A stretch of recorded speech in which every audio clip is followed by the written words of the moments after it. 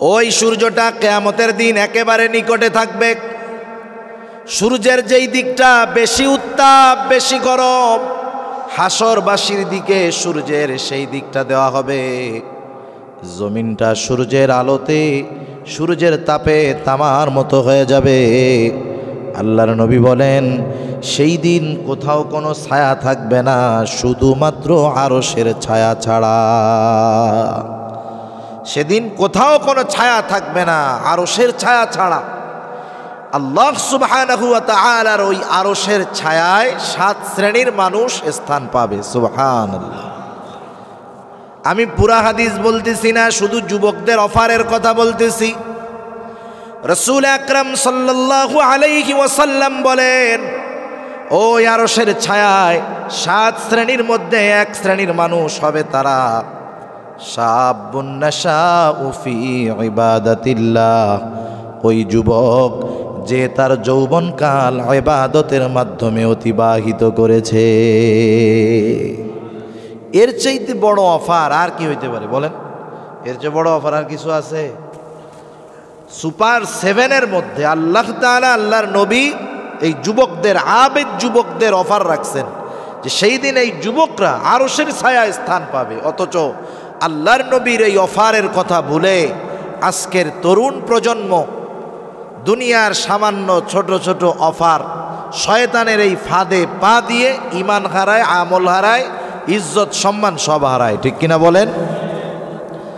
সেজন্য দেখেন, যৌবনকালে যদি কেউ ইবাদত করে ধারাবাহিকভাবে, যেই ব্যক্তি যৌবনে যেই ইবাদতগুলা করত, কিন্তু বার্ধক্যে যখন পৌঁছায় গেল, যৌবনের মতো ইবাদত বার্ধক্যকালেও করতে মনে চায় কিন্তু পারে না।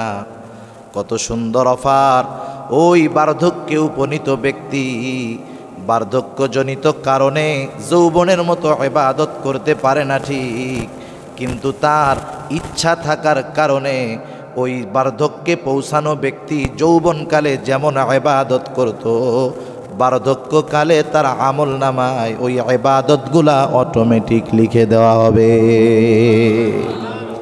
যেমন একজন যখন সরকারি চাকরি করে, সরকারি চাকরিজীবী যারা 62 বছর পর্যন্ত কাজ করে, চাকরি করে, একটা মানুষ 62 বছর পর্যন্ত চাকরি করলে সরকারি চাকরি ছেড়ে আসার পর তার অন্য কোনো কাজ করার মতো শারীরিক সক্ষমতা, শক্তি আর থাকে না। থাকে বলেন? কিন্তু সরকার তার প্রতি কত ইহসান করে যে, দেখো তুমি চিন্তা করো না, তুমি তোমার শক্তি সামর্থ্য যখন ছিল আমার কাজ করছো, আমি তোমারে বেতন দিছি। তুমি যখন দুর্বল হয়ে গেছো, এখন আর কাজ করতে পারো না, কোনো অসুবিধা নাই, কাজ করা লাগবে না, বাড়ি বসে থাকো, আমি মাসে মাসে তোমারে বেতন দিয়ে দিব। দেয় না সরকার? সরকারি চাকরিজীবীদের দেয় না? সে তো কাজ করে না, বাড়ি বৈশা বেতন পায়। কেন পায়? তার শক্তি সামর্থ্য যখন ছিল, সে তার শক্তি সামর্থ্য দিয়ে সরকারের দায়িত্ব পালন করেছে বিদায় এই সময় অবসরে আসার পর কাজ করা লাগে না, বসে বসেই সে বেতন পেয়ে যায়। সেজন্য যেই মানুষগুলা যৌবনে ইবাদত করবে, যেই মানুষগুলা যৌবনকাল ইবাদতের মধ্যে অতিবাহিত করবে, যৌবনে দায়িত্ব যথাযথভাবে পালন করবে, বার্ধক্যকালে সে যদি ইবাদত করতে অক্ষম হয়, যৌবনকালের ইবাদতগুলার সওয়াব অটোমেটিক তার নামে লিখে দিবেন কে? আলহামদুলিল্লাহ, আলহামদুলিল্লাহিল্লাযী হাদানা লিল ইসলাম,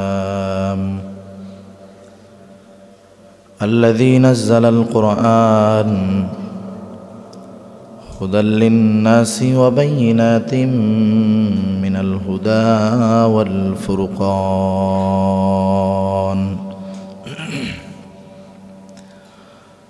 وخلق الإنسان وكرمه وعلمه من البيان ما لم يعلم،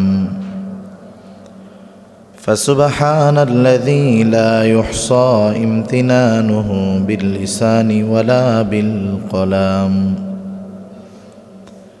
ونشهد أن لا إله إلا الله وحده لا شريك له، ونشهد أن سيدنا وسندنا وحبيبنا وطبيبنا وأولانا ومولانا محمد صلى الله تعالى عليه وعلى آله وأصحابه وبارك وسلم تسليما كثيرا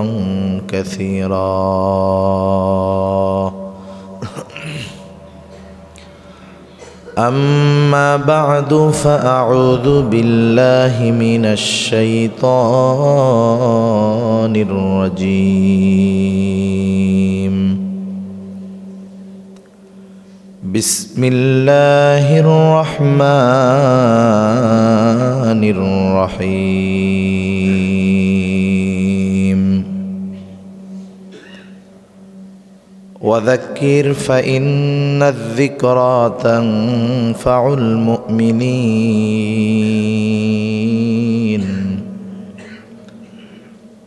وقال رسول الله صلى الله عليه وسلم أربع إذا كنا فيك فلا عليك ما فاتك الدنيا حفظ أمانة وصدق حديث وحسن خلق وعفة في طعمة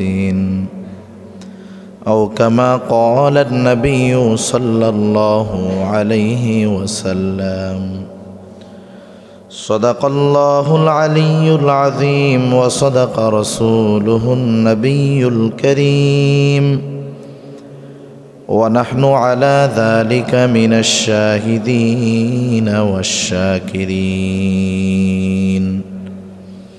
والحمد لله رب العالمين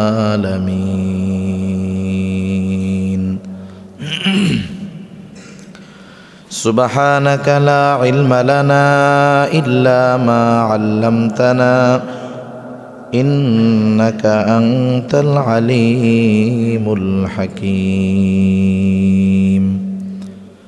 আমরা মুহাব্বতের সাথে জবান খুলে সবাই দুরূদ শরীফ পাঠ করি আল্লাহুম্মা সাল্লি আলা মুহাম্মাদিন ওয়া আলা আলি মুহাম্মাদ কামা সাল্লাইতা আলা ইব্রাহিম ওয়া আলা আলি ইব্রাহিম ইন্নাকা হামিদুম মাজিদ اللهم بارك على محمد وعلى آل محمد كما باركت على إبراهيم وعلى آل إبراهيم إنك حميد مجيد محمد نے آکر कुफर को मिटाया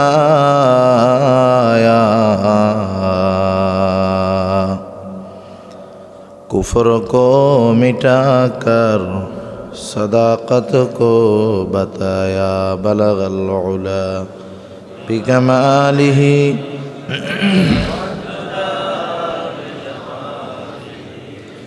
हसनत जमीअ खिसालिही सल्लु अलैहि व आलिहि ला इलाहा इल्लल्लाह।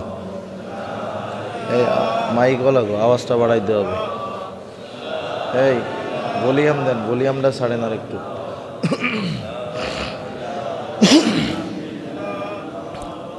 লা ইলাহা ইল্লাল্লাহ, লা ইলাহা ইল্লাল্লাহ।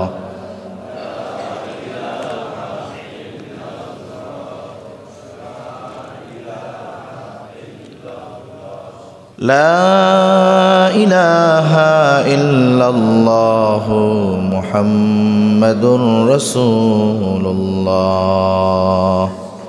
সাল্লাল্লাহু আলাইহি ওয়াসাল্লাম। আলহামদুলিল্লাহ, ঐতিহ্যবাহী যশোর জেলার অন্তর্গত রাজারহাট রামনগর শাহী জামে মসজিদের উদ্যোগে আয়োজিত অষ্টম বার্ষিক বিশাল ওয়াজ মাহফিলের সম্মানিত শ্রদ্ধেয় সভাপতি, আমন্ত্রিত উলামায়ে কেরাম, সামনে উপস্থিত মুরব্বিয়ানে কেরাম, সমবয়সী যুবক বন্ধু, স্নেহের ছোট ভাই, আল্লাহ রব্বুল আলামিনের দরবারে অগণিত শুকর যে মহান আল্লাহ তাআলা আমাদেরকে হাজারো মানুষের মধ্য থেকে যাচাই বাছাই করে শত বাধা বিপত্তির পরেও দুনিয়ার অন্যতম দামি একটি মজলিসে, দুনিয়ার সর্বোত্তম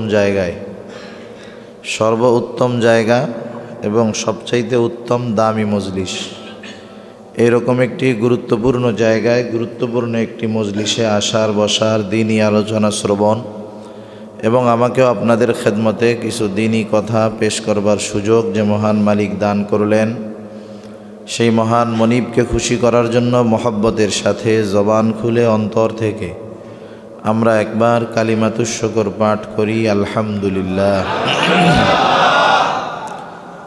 অগণিত দুরুদ ও সালাম সৈয়দুল আম্বিয়া, আশরাফুল আম্বিয়া, খাতামুল আম্বিয়া, বিশ্বনবী, শেষ নবী, শ্রেষ্ঠ নবী মুহাম্মাদুর রাসূলুল্লাহ সাল্লাল্লাহু আলাইহি ওয়াসাল্লামের প্রতি। আল্লাহ তাআলা আমাদেরকে এখানে আসার তৌফিক দিয়েছেন, তাই আমরা আসতে পেরেছি। কি বলেন? আল্লাহ তাআলা যদি তৌফিক না দিতেন আমরা এখানে আসতেও পারতাম না, বসতেও পারতাম না। মাহফিলটা যদি বাইরে হইতো তাহলে যে কেউ, যে কোনো মানুষ এসে বসতে পারত, কিন্তু মসজিদে যখন হয় প্রত্যেকটা মানুষ মসজিদে আসার আগে চিন্তা করে আমার পাক পবিত্রতা ঠিক আছে কিনা, পোশাকটা পবিত্র আছে কিনা, বহুত কিছু চিন্তা ভাবনার পরে এরপরে সে মসজিদে আসে, ঠিক কিনা? এ ভাই, আওয়াজটা কি হইল? আওয়াজটা সুন্দর করেন। এতটুক সময় কথা বলছি, 4 ধরনের আওয়াজ হয়েছে। শুরুতে যা ছিল ওইটা করেন। তাহলে মসজিদে আসার ক্ষেত্রে এরকম থাকবে, আর হাত দিয়েন না। মসজিদে আসার সময় সবাই চিন্তা ভাবনা করে যে আমাকে পাক পবিত্র থাকতে হবে। যার প্যান্ট না পাক, এখন তো আমাদের অনেক মানুষরে যদি জিজ্ঞাসা করা হয় নামাজে আসো, কি বলে? সমস্যা আছে। কি সমস্যা? মূল কথা হলো উনি প্রস্রাব করে পানি ব্যবহার করে না, প্যান্ট না পাক। মুমিনের পোশাক কেন না পাক থাকবে?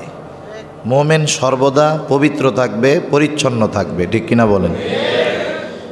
সেজন্য মসজিদে যারা আসে এরা দামি মানুষ, পবিত্র মানুষ, ঠিক না? বাছাই করা মানুষ। ওই জায়গায় তো মাহফিলে বাইরে যদি হইতো সবাই এসে বসতে পারত, কিন্তু এ জায়গায় বসার আগে সবাই চিন্তা করে আমি নিজে পাক সাফ আছি কিনা, ঠিক কিনা বলেন? আর মসজিদ তো এমন একটা জায়গা যেখানে বসে থাকলেই সওয়াব, বসে থাকলেই সওয়াব। আরও আমরা আছি দুনিয়ার সবচাইতে দামি একটা মজলিসের মধ্যে। তা যাই হোক, অনেক পারিপার্শ্বিকতার কারণে প্রোগ্রাম বাইরে হয় নাই, ভিতরে হচ্ছে।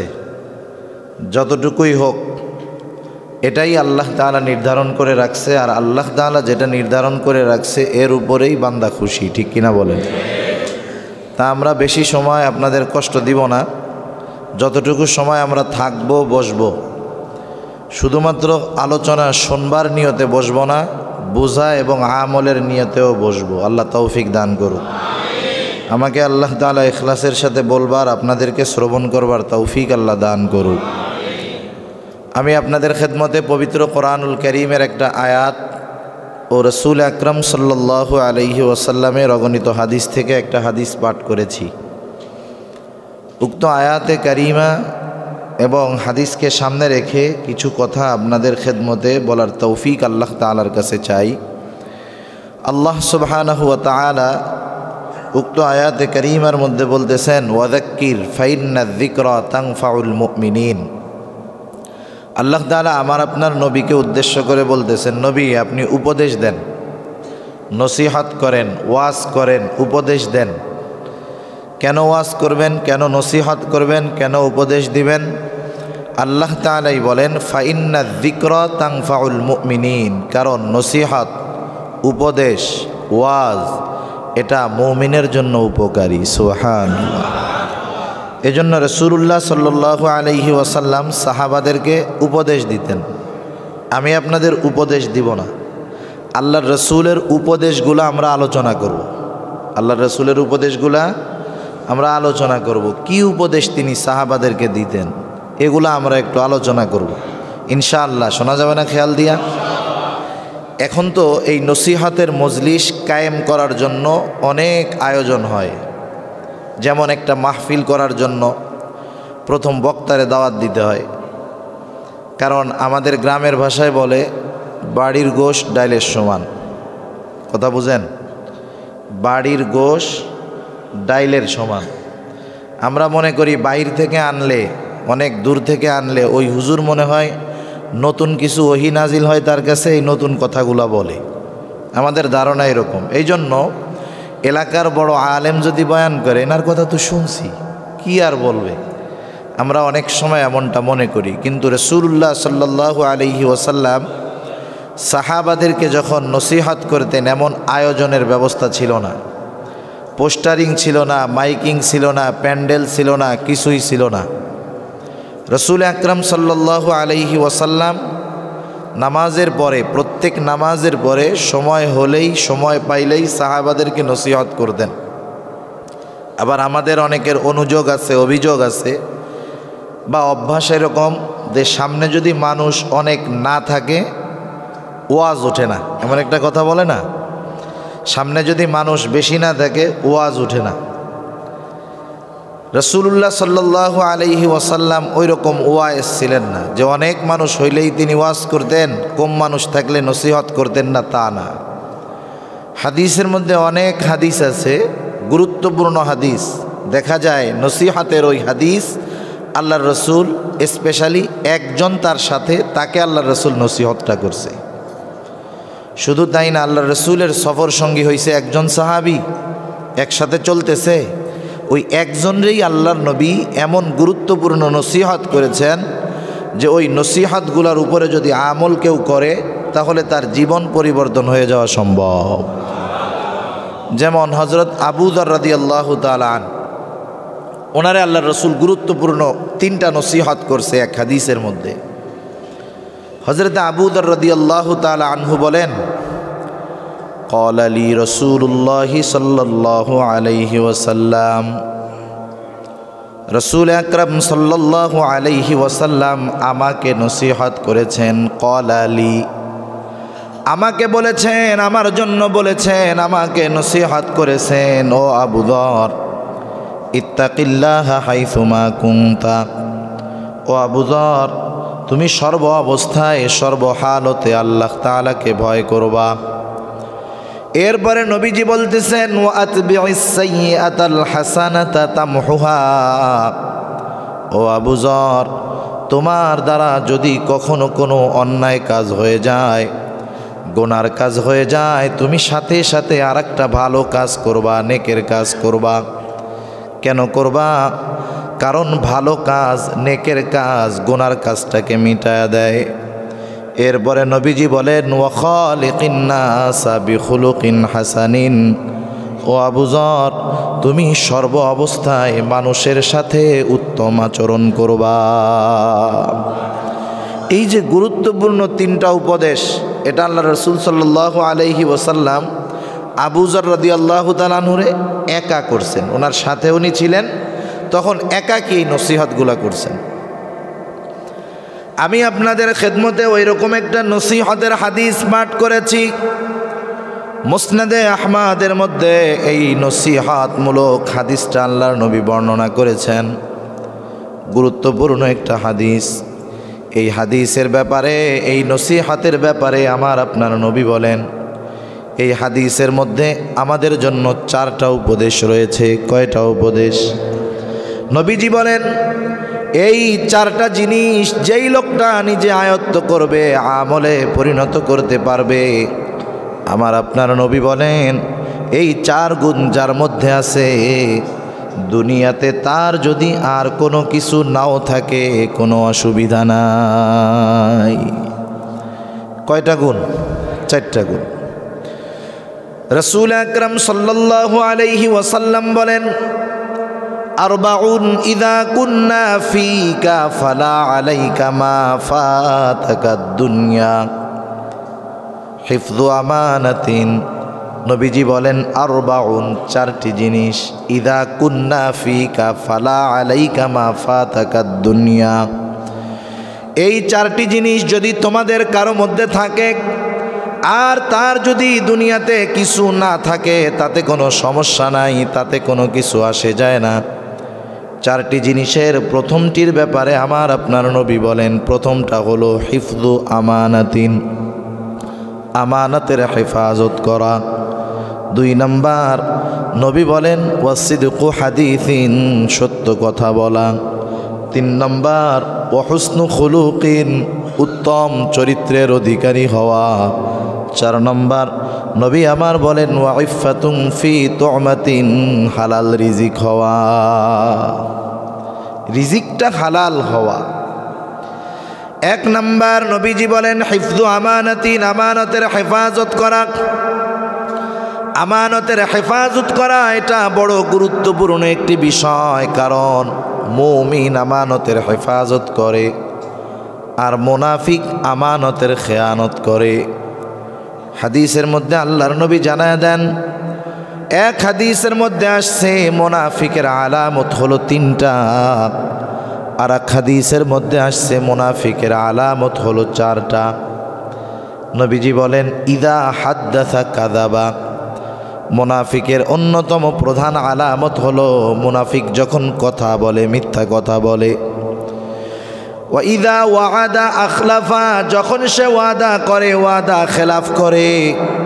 ওয়া ইদা তুমিনা খানা, মুনাফিক আমানতের খেয়ানত করে। আর একটা মুনাফিকের আলামত হলো ওয়া ইদা তাখাসামা ফাজারা, মুনাফিক যখন কারো সাথে তর্ক করে ঝগড়া করে মুনাফিক তখন অশ্লীল ফাহেসা কথা বলে, গালাগালি করে আর কি। তাহলে মুনাফিকের অন্যতম একটি আলামত হলো সে আমানতের খেয়ানত করে। অথচ আল্লাহ রব্বুল আলামিন বলেন, ও দুনিয়ার মানুষ, কোরআনুল কারীমের সূরা নিসার 58 নম্বর আয়াতে আল্লাহ তাআলা বলেন ইন্নাল্লাহা ইয়া'মুরুকুম আন তুআদ্দুল আমানাহ।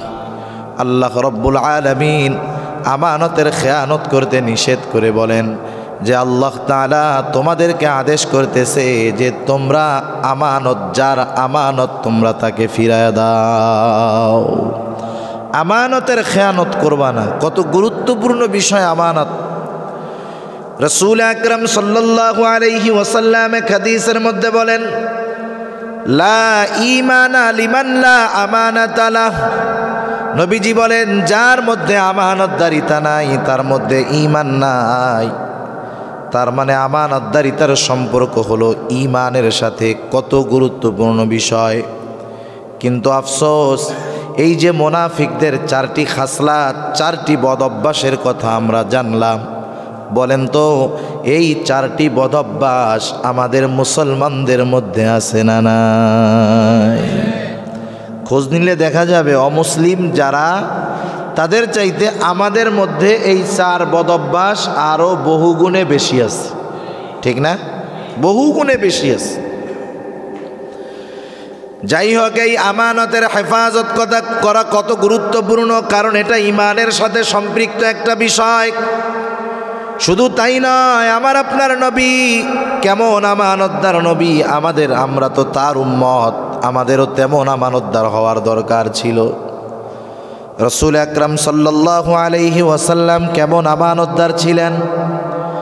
রাসূলুল্লাহ সাল্লাল্লাহু আলাইহি ওয়াসাল্লাম যখন মক্কা থেকে মদিনায় হিজরত করবেন, তিনি ইচ্ছাকৃত মক্কা থেকে মদিনায় হিজরত করেছেন বিষয়টা এমন নয়, বরং কাফেরদের অত্যাচার, কাফেরদের জুলুম, তাদের অত্যাচারের কারণে তিনি মক্কা থেকে মদিনায় হিজরত করতে বাধ্য হয়েছে।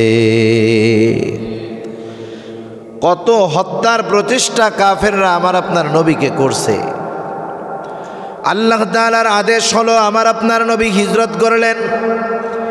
যখন মক্কার পথ ছেড়ে মদিনার দিকে তিনি রওনা হলেন, আমার আপনার নবী বারবার পেছনের দিকে ফিরে তাকায়, মক্কার দিকে তাকায়। হযরত আবু বকর সিদ্দিক রাদিয়াল্লাহু তাআলা আনহু বলেন, ইয়া রাসূলুল্লাহ, আপনি কেন বারবার পেছনের দিকে তাকান? নবীজির চোখের মধ্যে পানি, চোখের মধ্যে অশ্রু।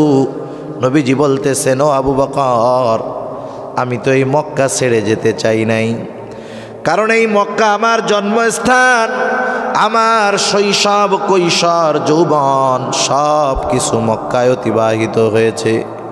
শুধু তাই না, এই মক্কায় রয়েছে আমার আল্লাহ তাআলার ঘর বাইতুল্লাহ। ও আবু বকর, আমার তো এই মক্কা ছেড়ে যেতে মনে চায় না। নবীজি আফসোসে মক্কার দিকে খেয়াল করে বলে, ও মক্কা রে, তোকে তো আমার ছাড়তে মন চায় না, কিন্তু তোদের সন্তানদের অত্যাচার আমাকে আর মক্কায় থাকতে দিল না। বড় ব্যথা নিয়ে নবীজি হিজরত করছেন। যেই রাত্রে আল্লাহ তাআলার আদেশে তিনি মক্কা থেকে মদিনার উদ্দেশ্যে হিজরত করলেন, ওনার বিছানায় হযরত আলী রাদিয়াল্লাহু তাআলা আনহুকে রেখে গেলেন। কারণটা কি? আল্লাহর নবী হযরত আলী রাদিয়াল্লাহু তাআলা আনহুকে বললেন, ও আলী, আমার কাছে কাফেরদের কিছু আমানত রয়েছে, আমি তো আল্লাহর আদেশে হিজরত শুরু করে দিলাম। ও আলী, তুমি ওই কাফেরদের আমানতগুলা, যার যার আমানত তার কাছে যথাযথভাবে ফিরাইয়া দিয়া এরপরে তুমি মদিনায় হিজরত করবা। এইরকম যদি আমাদের ক্ষেত্রে হইতো, মনে করেন আমি এক জায়গার হুজুর, আর কি কথার কথা, আমি এক জায়গার হুজুর, আমার কাছে লোকজন ধুমসে আমানত রাখছে, এরা আমানত রাখছে সম্পদ, আবার আমার উপরে জুলুমও করে। আমার যদি রাতের বেলা পালাইতে হয়, কথার কথা, সম্পদ থুইয়া যাবো, কী করবো গন্ধ, সবটি নিয়ে একসাথে ভাগবো। যেই জালেমদের সম্পদ ফেরত দিয়া লাভ কি, সব নিয়ে চলে যায়, যা হবে পরে। কিন্তু দেখেন রাসূলুল্লাহ সাল্লাল্লাহু আলাইহি ওয়াসাল্লাম কেমন আমানতদার। কাফেররা আমার আপনার নবীর বিরোধিতা করত, কিন্তু আবার আমার আপনার নবীর কাছে আইসা আমানত রাখত। নবীজির দুশমনেরাও আমার আপনার নবীকে আমানতদারি মনে করত। কিন্তু আফসোস, আজকে আমি আমার পরিবারের কাছে, আমার বন্ধুর কাছেও আমানতদার হতে পারি নাই। অথচ আমার আপনার নবী তার ঘোর দুশমনদের কাছেও ছিলেন সর্বোচ্চ একজন আমানতদার ব্যক্তি। সুবহানাল্লাহ। ওরা থাকতো আবু জেহেলের সাথে, নবীজির বিরোধিতা করত, কিন্তু নিজেদের সম্পদ আবু জেহেলের কাছে গচ্ছিত রাখতো না, গচ্ছিত রাখতো আমার আপনার নবীর কাছে। কতটুকু বিশ্বস্ত ছিলেন আমার আপনার নবী। সেজন্য কাফেররা নবীজিকে হত্যার জন্য বারবার চেষ্টা করছে, নবীজির বিরোধিতা করছে, কিন্তু কোনোদিন কোনো কাফের নবীজির আখলাকের ব্যাপারে, চরিত্রের ব্যাপারে ন্যূনতম কোনো কথা বলতে পারে নাই। সুবহানাল্লাহ। সেজন্য আমাদেরও আমানতদার হওয়ার দরকার আছে না নাই? কারণ মুনাফিকের চরিত্র আর মুমিনের চরিত্র কখনো এক হতে পারে না। যেমন পানি আর তেল কখনো এক হয় না, মুমিন আর মুনাফিকের চরিত্র এক হতে পারে না। এখন এই আমানত কিসের মধ্যে? আমরা কাকে আমানতদার মনে করি? আমরা মনে করি আমানতদারিতা মনে হয় শুধু সম্পদের সাথে সম্পৃক্ত বিষয়। কথা বুঝতেছেন আপনারা? কথা বুঝে আসে? আমানতদার আমরা তাদেরকে মনে করি যার কাছে আমরা সম্পদ রাখলে সে যথাসময়ে সম্পদ ফিরাইয়া দেয়, অথবা আমার কাছে যদি কেউ সম্পদ রাখে আমি তার সম্পদটা যথাসময়ে ফিরাইয়া দেই। আমি নিজেরে মনে করি, হায় রে, আমার মতো আমানতদার আর আছে?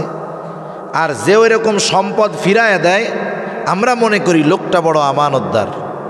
আমানত শুধু সম্পদের মধ্যে নয়, আমানত এ বিশাল এক জিনিস, ব্যাপক এক জিনিস। আমার যেখানে যেই কয়েকটা আসে আমি আপনাদের খেদমতে বলবো। এক নম্বর হলো সম্পদের ক্ষেত্রে আমানত। সম্পদের ক্ষেত্রে আমানত, সম্পদ রাখা হলো যথাসময়ে তারটা ফেরত দিতে হবে।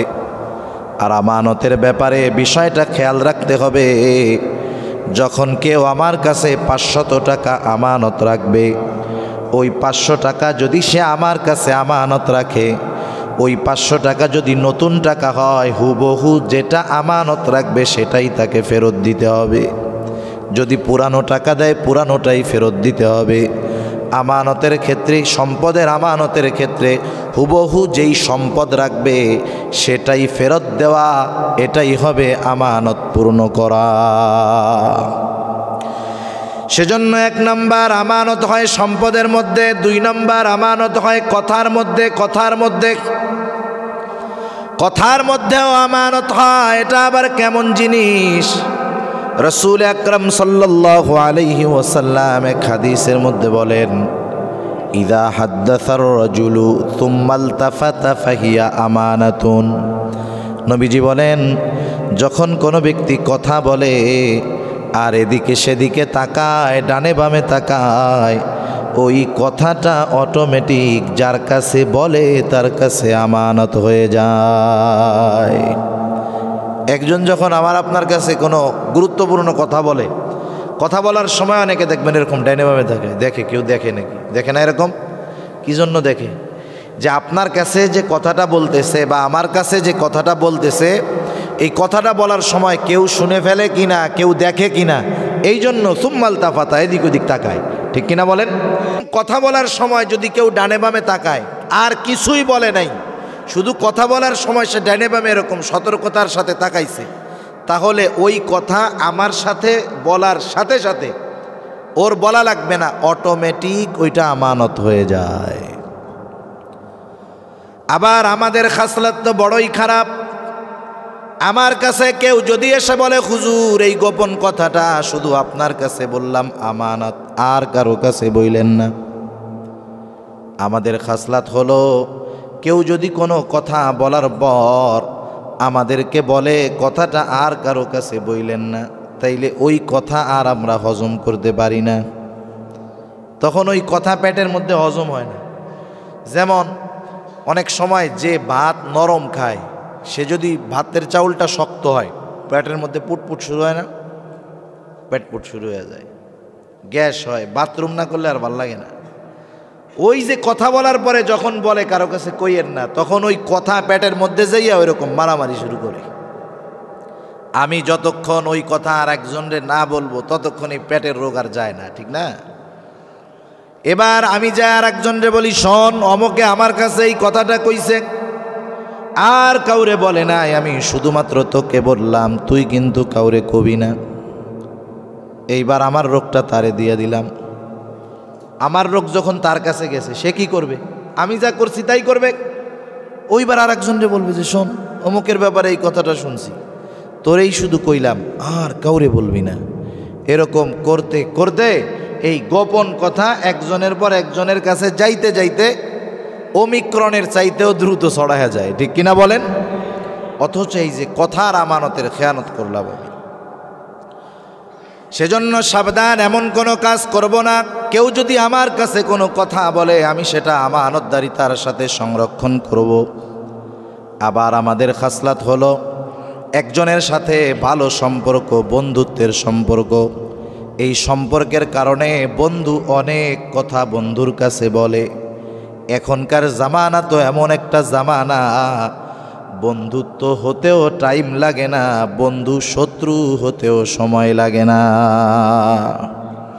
যখন এই বন্ধুর সাথে একটু দূরত্ব সৃষ্টি হয়, আগে তো বন্ধুর অনেক সিক্রেট কথাগুলো জানতো সে, যখন বন্ধু শত্রু হয় তখন বন্ধুর ওই গোপন কথাগুলাকে সে অস্ত্র হিসাবে ব্যবহার করে, ঠিক কিনা বলেন? তখন বলে, বেশি বাড়াবাড়ি আমার সাথে করবা না, তোমার ব্যাপারে আমি কিন্তু খুব ভালো মতো জানি। এই যে ব্ল্যাকমেইল করতেছে একজনরে, নিঃসন্দেহে এই কাজ যদি সে করে আমানতের খেয়ানত করবে। সেজন্য কথার মধ্যে আমানত হয়। এরপরে আসেন দায়িত্বের মধ্যে হয় আমানত। যাকে যেই দায়িত্ব দেওয়া হবে অথবা যে যেই দায়িত্ব নিবে, এই দায়িত্ব যথাযথভাবে পালন করতে হবে। যথাযথভাবে দায়িত্ব পালন না করে যদি সে পারিশ্রমিক নেয়, অবশ্যই অবশ্যই দায়িত্ব অবহেলার আমানতের খেয়ানত তার হবে। তার দায়িত্ব আছে অফিসে 8 ঘন্টা ডিউটি, সে কি করে? ফাঁকি ঝুঁকি দিয়ে 6 ঘন্টা ডিউটি করে বাইরে হয়ে চলে আসে, আছে না নাই? আমানতের খেয়ানত। আমাদের দেশে কিছু সমস্যা আছে, যেমন স্কুল কলেজে বেশি হয় এগুলা। কি হয়? ক্লাসের মধ্যে একজন অঙ্ক টিচার, ইংরেজি শিক্ষক, তারে রাখা হয়েছে কেন? ওই স্কুলের যারা ছাত্র ছাত্রী আছে, শিক্ষার্থী আছে, ওই স্যারের দায়িত্ব হলো, শিক্ষকের দায়িত্ব হলো অঙ্ক ইংরেজি ভালো মতো সবাইকে বুঝায় দেওয়া, ঠিক কিনা বলেন? ক্লাসের সময় যখন কোনো স্টুডেন্ট, শিক্ষার্থী অঙ্ক বোঝে না, ইংরেজি বোঝে না, স্যার কি কয়? এই জায়গায় টাইম নাই, ওই কোচিংয়ে আসিস। আসেনি এই ব্যবসা? জোরে বলেন, আছে না নাই? নিঃসন্দেহে ওই শিক্ষক আমানতের খেয়ানতকারী, কোনো সন্দেহ নেই, ওই শিক্ষক আমানতের খেয়ানতকারী। কারণ সে তার দায়িত্ব পালন করে নাই। প্রত্যেকটা জায়গায় এরকম। সেজন্য দায়িত্বের ক্ষেত্রে আছে আমানত। পরিপূর্ণ দায়িত্ব পালন না করে যদি পরিপূর্ণ পারিশ্রমিক নেওয়া হয়, আমানতের খেয়ানত হবে। আহারে, আমাদের অতীতের মানুষগুলা কেমন ছিলেন? শাইখুল হিন্দ মাহমুদুল হাসান দেওবন্দি রহমাতুল্লাহি আলাইহি, উনি যখন বয়স বেশি হয়ে গেল, বার্ধক্যে পৌঁছায় গেছেন শাইখুল হিন্দ, পরিবারের লোকের সংখ্যা বেড়ে গেছে, খরচ বেড়ে গেছে। দারুল উলুম দেওবন্দের মজলিসে শুরা মিটিংয়ে বসল যে হজরতের পরিবারের খরচ বেড়ে গেছে। অনেক আগে ওনার বেতন ছিল মাত্র 10 টাকা, এখনো 10 টাকা। এই 10 টাকা দিয়ে ওনার পরিবারের খরচ চালানো তো বড় কষ্টের হয়ে যায়। এইবার সবাই মিলে মিটিংয়ে বসলো। মিটিংয়ের মধ্যে সবাই এই বিষয়ে একমত যে হজরতের বেতনটা বাড়ায়া দেওয়া হোক। সবাই হজরতের অনুপস্থিতিতে, হজরতের অজান্তে শাইখুল হিন্দের বেতন হয়ে গেল 10 থেকে 15 টাকা। পাশ হয়ে গেল যে হজরতের বেতন আগামী মাস থেকে 15 টাকা। মাসের শেষ শাইখুল হিন্দের কাছে বেতন পৌঁছায় গেল। উনি খুলে দেখেন বেতন হলো 15 টাকা। কি ব্যাপার? হয়তো 5টা টাকা ভুলে আসছে, বেশি আসছে। আমাদের ক্ষেত্রে যদি এমন হইতো, কি হইতো? যার বেতন 10,000, প্যাকেটে যদি 15,000 আসে, যার বেতন 20,000, প্যাকেটে যদি 30,000 আসে, আমরা নিজেরাই মুফতি সাহেব হয়ে ফতোয়া বানায় ফেলতাম, আমি তো চাই নাই, ওরা দিছে, এই জন্য এটা আমার জন্য হালাল। ঠিক না? কইতাম যে আমি তো চুরিও করি নাই, আমি চাইও নাই, ওরা এমনিই দিছে, তাইলে এটা আমার জন্য হালাল, কোনো অসুবিধা নেই। আবার হুজুরে যদি জিজ্ঞাসা করতো, কেমনে এসে জিজ্ঞাসা করে জানেন? অনেকে হুজুরদের কাছে এসে মাসালা জিজ্ঞাসা করে, কই হুজুর এই যে এই কাজটা এরকম হইল, এটা হালাল না হুজুর? হালাল না, হালাল না হুজুর? তুমিই তো ফতোয়া দিচ্ছ, তুমি হুজুরে এসে জিজ্ঞাসা করো কেন? মানে ও হুজুরে এমনভাবে চাপ দেয় যে হুজুর আপনি একটু খালি বলেন এটা হালাল, তাইলে কাম সারাই দিচ্ছে। ফতোয়া কিন্তু উনিই দিতেছে, হুজুরে এসে হুজুর এটা হালাল না, হালাল না হুজুর। আমরা ওইটা করতাম যে 10 টাকার জায়গায় 10,000 টাকার জায়গায় 15,000 আসছে, যাক ভালোই তো, এই মাসে একটু খরচ আরামে চলা যাবে। শাইখুল হিন্দ রহমাতুল্লাহি আলাইহি 5 টাকা নিয়ে চলে গেলেন দেওবন্দের অফিসে। যাওয়ার পরে বলতেছে যে শোনো, আমার বেতন 10 টাকা, ভুলে হয়তো 5টা টাকা বেশি চলে আসছে, ফেরত নেন। অফিস থেকে বলা হলো, হজরত আপনার বেতন একেবারে সবাই ঐক্যমত পোষণ করেছে বেতন বাড়ানোর জন্য, সবাই একমত, কেউ দ্বিমত পোষণ করে নাই। সবার সম্মতিতে আপনার বেতন 10 টাকা থেকে 15 টাকা করা হলো। হুজুরের জন্য তো এখন এটা জায়েজ, ঠিক না? কোনো সন্দেহ নাই। কিন্তু শাইখুল হিন্দ কি বললেন? বললেন যে শোনো, আমার বেতন যখন 10 টাকা নির্ধারণ করা হয়েছিল, আমি তখন তাগড়া যুবক ছিলাম। আমাকে যেই দায়িত্ব দেওয়া হয়েছিল, আমি ওই দায়িত্বটা যথাযথভাবে পালন করতে পারতাম। মানুষ যখন বার্ধক্যে পৌঁছায়া যায়, মানুষের যখন বয়স অনেক হয়ে যায়, যৌবনকালে সে যা পারে, বার্ধক্যকালে ইচ্ছা করলেও বয়সের কারণে সে সেটা করতে পারে না। একজন মানুষ যৌবনে যা পারে, বুড়াকালে ওইটা যদি মনেও চায়, কিন্তু শারীরিক অক্ষমতার কারণে সম্ভব হয় না। এজন্য দেখেন ইসলাম কত সুন্দর। ইসলাম যৌবনকালকে ইবাদতে ব্যবহার করতে বলছে বেশি। ইসলাম যৌবনে ইবাদত করার কথা বেশি বলছে, উদ্বুদ্ধ করেছে। আর দুনিয়ার যত নষ্ট সমাজ ব্যবস্থা আছে যৌবনকে গুনার দিকে আহ্বান করছে বেশি, ঠিক কিনা বলেন? কত রকমের পন্থায়, কত রকমের পদ্ধতিতে, কত সিস্টেমে যুবকদেরকে যে গুনার দিকে আহ্বান করা হয় এর কুল কিনারা নাই। হাজার হাজার পদ্ধতি আছে, হাজার হাজার অফার আছে। অথচ দেখেন ইসলাম যুবকদেরকে যৌবনকালে ইবাদত করার জন্য উদ্বুদ্ধ করেছে। শুধু তাই না, বিশাল অফার ইসলাম যুবকদের ব্যাপারে দিয়ে রেখেছে।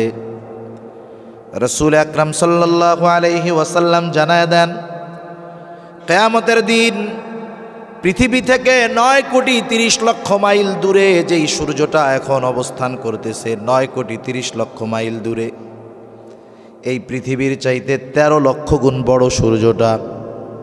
সূর্যের প্রখরতা কত বেশি!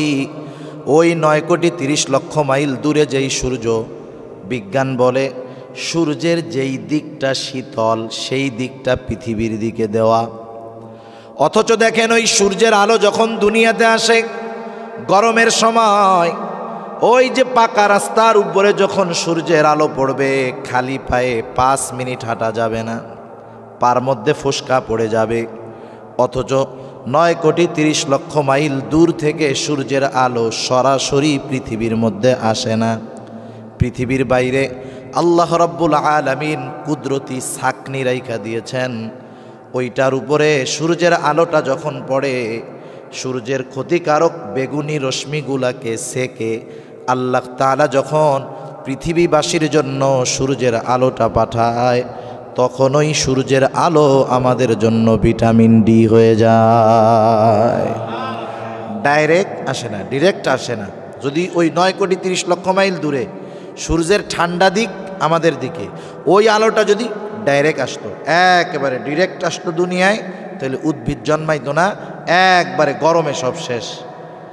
ওই আলোটা এত প্রসেসিং হয়ে আসার পরেও গরমের সময় খালি পায়ে রাস্তায় চলা যায় না, কত গরম, কত কষ্ট হয়। ওই সূর্যটা কিয়ামতের দিন একেবারে নিকটে থাকবে। সূর্যের যেই দিকটা বেশি উত্তাপ, বেশি গরম, হাসরবাসীর দিকে সূর্যের সেই দিকটা দেওয়া হবে। জমিনটা সূর্যের আলোতে, সূর্যের তাপে তামার মতো হয়ে যাবে। আল্লাহর নবী বলেন, সেই দিন কোথাও কোনো ছায়া থাকবে না, শুধুমাত্র আরশের ছায়া ছাড়া। সেদিন কোথাও কোনো ছায়া থাকবে না, আরশের ছায়া ছাড়া। আল্লাহ সুবহানাহু ওয়া তাআলার ওই আরশের ছায়ায় 7 শ্রেণীর মানুষ স্থান পাবে। সুবহানাল্লাহ। আমি পুরা হাদিস বলতেছি না, শুধু যুবকদের অফারের কথা বলতেছি। রাসূল আকরাম সাল্লাল্লাহু আলাইহি ওয়াসাল্লাম বলেন, ওই আরশের ছায়ায় 7 শ্রেণীর মধ্যে 1 শ্রেণীর মানুষ হবে তারা শাবুন নাশাউ ফি ইবাদাতিল্লাহ। ওই যুবক যে তার যৌবনকাল ইবাদতের মাধ্যমে অতিবাহিত করেছে। এর চাইতে বড় অফার আর কি হইতে পারে বলেন? এর চেয়ে বড় অফার আর কিছু আছে? সুপার 7-এর মধ্যে আল্লাহ তাআলা, আল্লাহর নবী এই যুবকদের, আবেদ যুবকদের অফার রাখছেন যে সেই দিন এই যুবকরা আরশের ছায়ায় স্থান পাবে। অথচ আল্লাহর নবীর এই অফারের কথা ভুলে আজকের তরুণ প্রজন্ম দুনিয়ার সামান্য ছোট ছোট অফার, শয়তানের এই ফাঁদে পা দিয়ে ঈমান হারায়, আমল হারায়, ইজ্জত সম্মান সব হারায়, ঠিক কিনা বলেন? সেজন্য দেখেন যৌবনকালে যদি কেউ ইবাদত করে ধারাবাহিকভাবে, যেই ব্যক্তি যৌবনে যেই ইবাদতগুলা করত, কিন্তু বার্ধক্যে যখন পৌঁছায় গেল, যৌবনের মতো ইবাদত বার্ধক্যকালেও করতে মনে চায় কিন্তু পারে না। কত সুন্দর অফার!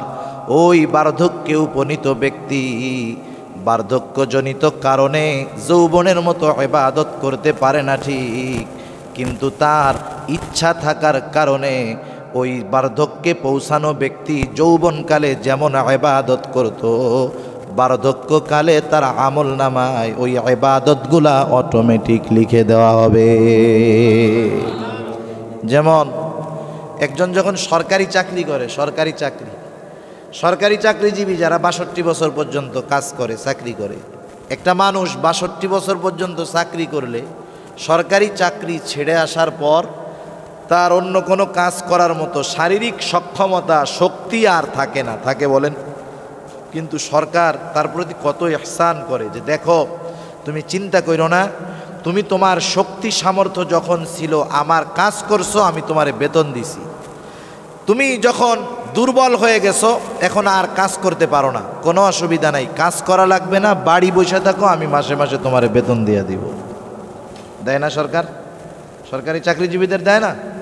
সে তো কাজ করে না, বাড়ি বৈশা বেতন পায়। কেন পায়? তার শক্তি সামর্থ্য যখন ছিল, সে তার শক্তি সামর্থ্য দিয়ে সরকারের দায়িত্ব পালন করেছে বিদায় এই সময় অবসরে আসার পর কাজ করা লাগে না, বসে বসেই সে বেতন পেয়ে যায়। সেজন্য যেই মানুষগুলা যৌবনে ইবাদত করবে, যেই মানুষগুলা যৌবনকাল ইবাদতের মধ্যে অতিবাহিত করবে, যৌবনে দায়িত্ব যথাযথভাবে পালন করবে, বার্ধক্যকালে সে যদি ইবাদত করতে অক্ষম হয়, যৌবনকালের ইবাদতগুলার সওয়াব অটোমেটিক তার নামে লিখে দিবেন কে? সেজন্য দেখেন, দায়িত্বের অবহেলা আমরা করব না, যৌবনে দায়িত্বের অবহেলা করব না, কারণ দায়িত্বটা আমাদের কাছে আমানত। আবার সময়েরও আমানত হয়, সময়ের আমানত। একজনের সাথে আমার একটা বিষয়ে কন্ট্রাক্ট হলো, চুক্তি হলো, কথা হলো যে আমি আপনার এই কাজটা সকাল 10টা থেকে 12টা পর্যন্ত করে দিব, বিনিময়ে আমাকে এত টাকা দিতে হবে। এই যে 2টা ঘন্টা, এই 2 ঘন্টা সময় এখন আমার নাই, ওই লোকের, এটা আমার কাছে আমানত। এই সময়ের আমানতের খেয়ানত আমি করতে পারবো না। ওই 2 ঘন্টা সময়ের 1টা মিনিট যদি আমি তার অনুমতি ছাড়া আমার কাজে লাগাই, তাহলে সময়ের আমানতের খেয়ানত হবে। আমাদের আরেকজন বুজুর্গ ছিলেন, তার নাম হলো মাজহার নানুতুবি রহমাতুল্লাহি আলাইহি। উনি ক্লাস করাইতেন মাদ্রাসার মধ্যে, মাসের শেষে সময় হিসাব করে তিনি বেতন নিতেন। একদিন উনি অফিসের মধ্যে বেতন আনার জন্য গেলেন, সময়ের হিসাব করে 10 মিনিটের বেতন উনি মাদ্রাসা কর্তৃপক্ষকে ফেরত দিয়ে দিলেন। অফিস থেকে জিজ্ঞাসা করা হয়, হযরত কি ব্যাপার, এই টাকা কি বেশি গেছে নাকি? তিনি বললেন, না, আমি অমুক দিন একটা ক্লাসের মধ্যে আমার একজন লোক আমার কাছে এসেছিল জরুরি একটা বিষয় নিয়ে। ওই দিন ক্লাসের 10টা মিনিট সময় আমি আমার ব্যক্তিগত কাজে ব্যবহার করেছিলাম, এই জন্য ওই 10 মিনিটের বেতনের হকটা আমার নাই, এই জন্য 10 মিনিটের টাকা আমি মাদ্রাসাকে ফেরত দিয়ে দিলাম। সময়টাও আমানত হয়, সময়টাও কি হয়? আমানত হয়। এই যে রাষ্ট্রীয় দায়িত্বে যারা আছে, রাষ্ট্রের সম্পদ, দায়িত্ব, এটাও আমানত, গুরুত্বপূর্ণ একটি বিষয়। কারণ এখন আমাদের মধ্যে, আমাদের তরুণদের মধ্যে বিশেষ করে নেতৃত্বের চাহিদা, সবাই নেতা হতে যায়, সবাই রাষ্ট্রের দায়িত্ব নিতে চায়। এখনকার মানুষ তো দায়িত্ব নিতে চায়, আর আগের মানুষ রাষ্ট্রের দায়িত্ব দেওয়ার কথা শুনলে এলাকা ছেড়ে পালায়া যাইত। সাহাবাদের ব্যাপারে এমনও বর্ণনা আছে, হযরত আবু যর গিফারি রাদিয়াল্লাহু তাআলা, ওনারে রাষ্ট্রের একটা দায়িত্ব দেওয়া হবে, এই খবর ওনার কাছে পৌঁছাইছে। ওনাকে বলা হয় নাই, মানুষ এসে কইছে যে আপনাকে তো রাষ্ট্রের এই দায়িত্ব দেওয়া হবে। উনি কি করলেন? রাতের বেলা এলাকা ছেড়ে চলে গেছে, নির্জনে এক এলাকায় যায় বসবাস শুরু করছে। যে রাষ্ট্রের দায়িত্ব দিবে, এ দায়িত্ব নেওয়া আমার দ্বারা সম্ভব না, উনি চলে গেছে। আর এখনকার জামানায় কি হয়? দায়িত্ব নেওয়ার জন্য কোটি কোটি টাকা ব্যয় করে, ঠিক কিনা বলেন? আপনাদের এলাকার কথা বলতেছি না, অনেক এলাকায় শুনি আর কি, অনেকে বলে যে চেয়ারম্যানই নমিনেশনের জন্য 2-4-5 কোটি টাকা ব্যয় করে ফেলে। আছে না নাই? আমাদের ইমামে আজম আবু হানিফা রহমাতুল্লাহি আলাইহি জালেম শাসকের কারাগারে অত্যাচারিত হয়ে আমাদের ইমাম শাহাদাত বরণ করেছেন, দুনিয়া থেকে চলে গেছেন। ওনার উপরে এত জুলুম, এত অত্যাচারের কারণটা কি? অনেক কারণের মধ্যে অন্যতম কারণ হলো বাদশাহ আমার আপনার ইমামে আজম আবু হানিফা রহমাতুল্লাহি আলাইহিকে বিচারকের দায়িত্ব নিতে বলেছিলেন। উনি বিচারকের দায়িত্ব গ্রহণ করেন নাই বিধায় বাদশার প্রস্তাব ফিরাইয়া দিয়েছিলেন বিধায় বাদশাহ তার উপরে রাগ হয়ে এই রকম কঠোর শাস্তি আমাদের ইমামকে দিয়েছিলেন। জেলখানায় অত্যাচার করা হইতো আর বলা হইতো আপনি দায়িত্ব নেন, ছেড়ে দেওয়া হবে। পিটাইয়া দায়িত্ব দিতে পারে নাই, আর এখন টাকা ব্যয় করে দায়িত্ব নেই, ঠিক না? কারণ সবাই কি চিন্তা করে জানেন? হায়রে রাষ্ট্রীয় মানে সরকারি যেই চাকরিগুলো, সুইপার হইতে পারলেও ঢাকা শহরে তার 3-4টা বাড়ি। সুইপার চিনেন? সুইপারের ঢাকা শহরে বাড়ি ধানমন্ডিতে। কি মনে করেন আপনারা? পঙ্গু হাসপাতালের এক সুইপার ছিল, তার ধানমন্ডিতে 6তলা বাড়ি ছিল আরো অনেক বছর আগে। আর যার একটু উপরে যায় তার অবস্থা কি? 2-3 দিন আগে দেখলাম একজন দুর্নীতি দমন কমিশন এক জায়গায় অভিযান করেছে, জমি রেজিস্ট্রি অফিসে কাগজপত্রের জন্য। যান না আপনারা? সকাল থেকে নিয়ে 3-4 ঘন্টা অফিসে বসা একজন মহিলা দুর্নীতি দমন কমিশন থেকে যখন অভিযানে গেল, তার ডয়ার খুলে দেখা গেল 2-3 ঘন্টার মধ্যে তার ঘুষের কামাই হলো 3.5 লক্ষ টাকা। এটা একদিনের আয় না, একদিনের একটা অংশের আয়। 3.5 লক্ষ টাকা ওই ক্যাশের মধ্যে নগদ। তাহলে দেখেন, রাষ্ট্রের দায়িত্ব তাদের কাছে ছিল আমানত, তারা গনিমত মনে কইরা কাম চালায় দিতেছে, ঠিক কিনা বলেন? অথচ অতীতের মানুষের অবস্থা কি? হযরতে আবু বকর সিদ্দিক রাদিয়াল্লাহু তাআলা আনহু রাসূল আকরাম সাল্লাল্লাহু আলাইহি ওয়াসাল্লামের ওফাতের পর সর্বপ্রথম খেলাফতের দায়িত্ব আবু বকর সিদ্দিক রাদিয়াল্লাহু তাআলা আনহুর উপর। উনি রাষ্ট্রের দায়িত্ব নিলেন, তবে একটা শর্তে। উনি তো ব্যবসায়ী মানুষ ছিলেন। উনি বললেন যে শোনো, আমি রাষ্ট্রের দায়িত্ব পালন করব, অসুবিধা নাই, কিন্তু দিনের একটা সময় আমাকে আমার ব্যবসার জন্য দিতে হবে। কারণ আমি যদি ব্যবসা না করি তাহলে আমার পরিবারের খরচ আমি কিভাবে চালাবো? খলিফাতুল মুসলিমিন রাষ্ট্রীয় কাজও করেন, আবার দোকানে গিয়ে বেচা কেনাও করেন। রাষ্ট্র চালানো কি কঠিন কাজ! সব সময় ব্যস্ত থাকতে হয়।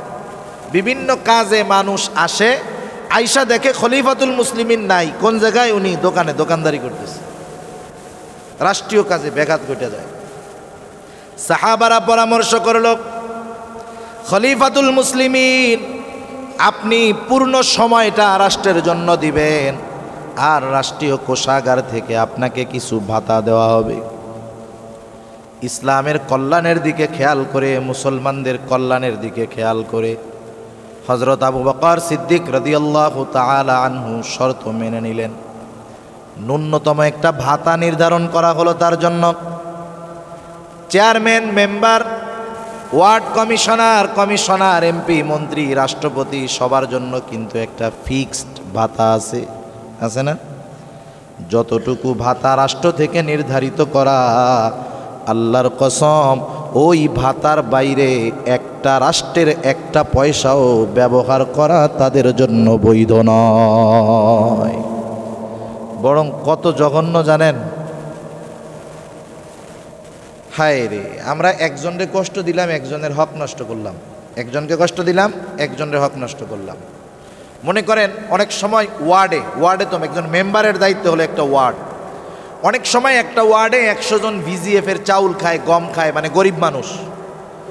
100 জনের জন্য 100 মণ গম আসছে সরকারের পক্ষ থেকে, এখনো বন্টন হয় নাই। এই 100 জনের গম বন্টনের আগে ওই গম থেকে একটা গম যদি কেউ আত্মসাৎ করে, একটা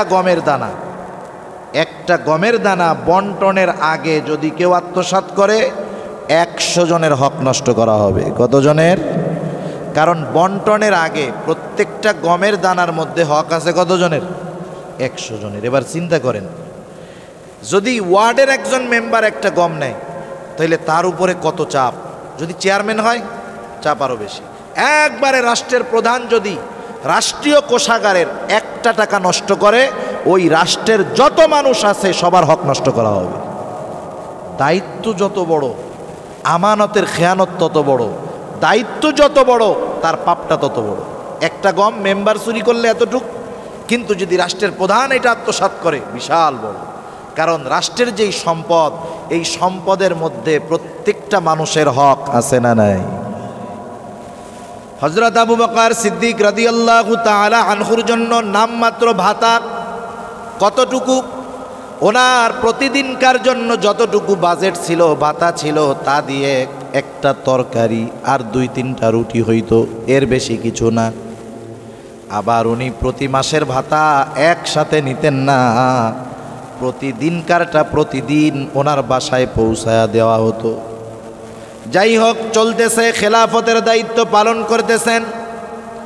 ওনার স্ত্রীর একদিন মনে চাইল যে অনেক দিন যাবত আমার একটু মিষ্টি খাইতে মন চায়, কিন্তু খলিফাতুল মুসলিমিনের জন্য যেই বাজেট, এটা দিয়ে যদি মিষ্টি রান্না করি, পায়েস রান্না করি, তাহলে তরকারি খাবার হবে না, খাবার রান্না করলে তরকারি হবে না। উনি চিন্তা করলেন একদিনে রান্না করা যাবে না, দৈনন্দিনের খরচ থেকে প্রতিদিন একটু একটু করে তিনি আলাদা করলেন। অনেক দিন পরে যখন একটু বেশি হলো, ফিন্নি রান্না করছে, পায়েস রান্না করছে। প্রতিদিনকার খাবারের সাথে খলিফাতুল মুসলিমিন আবু বকর সিদ্দিক রাদিয়াল্লাহু তাআলা আনহুর সামনে খাবারের সাথে পায়েস এনে দেওয়া হলো। জিজ্ঞাসা করতেছে, তুমি পায়েস পাইলা কোথায়? কারণ খলিফা খুব ভালো মতো জানে আমার পরিবারের জন্য বাজেট যতটুকু, খাবার রান্না করলে মিষ্টি হবে না, পায়েস হবে না, পায়েস রান্না করলে খাবার হবে না, তাইলে পাইল কোথায়?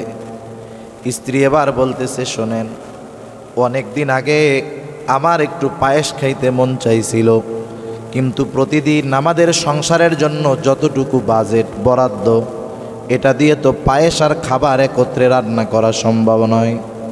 আমি দৈনন্দিনের খরচ থেকে একটু একটু করে আলাদা করেছি। বেশ কিছুদিন আলাদা করার পর যখন একটু বেশি পরিমাণ হলো, আজকে ওইটা দিয়ে আমি পায়েস রান্না করলাম। আবু বকর সিদ্দিক রাদিয়াল্লাহু তাআলা আনহু জিজ্ঞাসা করলেন, কতটুকু আলাদা করছো? এবার স্ত্রী জবাব দিল যে এতটুকু পরিমাণ। উনি বাইতুল মালে, রাষ্ট্রীয় কোষাগারের যেই ক্যাশিয়ার, তার কাছে গিয়ে বললেন, শোনো, আগামী দিন থেকে আমার পরিবারের বাজেট বরাদ্দ কমায়া দিবা। কতটুকু কমাবা? ওনার স্ত্রী দৈনন্দিন যতটুকু আলাদা করছে ততটুকু কমায়া দিয়েছে। চিন্তা করছেন? উনি চিন্তা করছে এটাও তো আমার অতিরিক্ত। কারণ আমরা মোল্লারা, আমরা যারা আছি, আমরা তো মনে করি আমরা বাইসে আছি খাওয়ার লেগে। বাইসে আছি কিসের জন্য? খাওয়ার জন্য। সেজন্য দুনিয়ায় যা আছে খা, আমাকেও খাওয়ায়, আমরাও খাই। কিন্তু ওনারা চিন্তা করতেন যে আমরা খাওয়ার জন্য বেঁচে আছি, তা না, আমরা বাঁচার জন্য খাই। মানুষ যখন এইভাবে খাবে যে আমি বাঁচার জন্য খাইতেছি, তখন তার পান্তা ভাত মরিচ পেঁয়াজ দিয়ে খাইলেই কাজ হয়ে যাবে। আর যদি মনে করে যে আমি বাইসাই আছি খাওয়ার জন্য, তাইলে ওর গাল হয়ে যাবে হলো তিমি মাছের গালের মতো, যত কাক, পেট ভরলেও চোখ ভরবে না। ঠিক কিনা বলেন?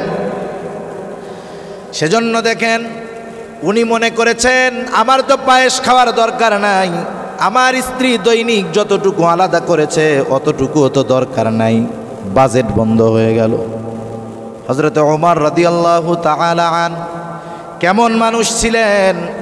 একদিন রাতের বেলায়, গভীর রাত, বাতি জ্বালায়া রাষ্ট্রের কাজে ব্যস্ত খলিফাতুল মুসলিমিন ওমর, একজন লোক আসলো। আসার পরে বলতেছে, খলিফা, আপনার সাথে একটু কথা বলতে চাই। তিনি জিজ্ঞাসা করলেন, কথা কি আমার সাথে ব্যক্তিগত নাকি রাষ্ট্রীয়? উনি যখন বললেন কথাটা হলো ব্যক্তিগত কথা, বলার সাথে সাথে হযরত ওমর রাদিয়াল্লাহু তাআলা আনহু বাতিটা নিভাইয়া দিলেন।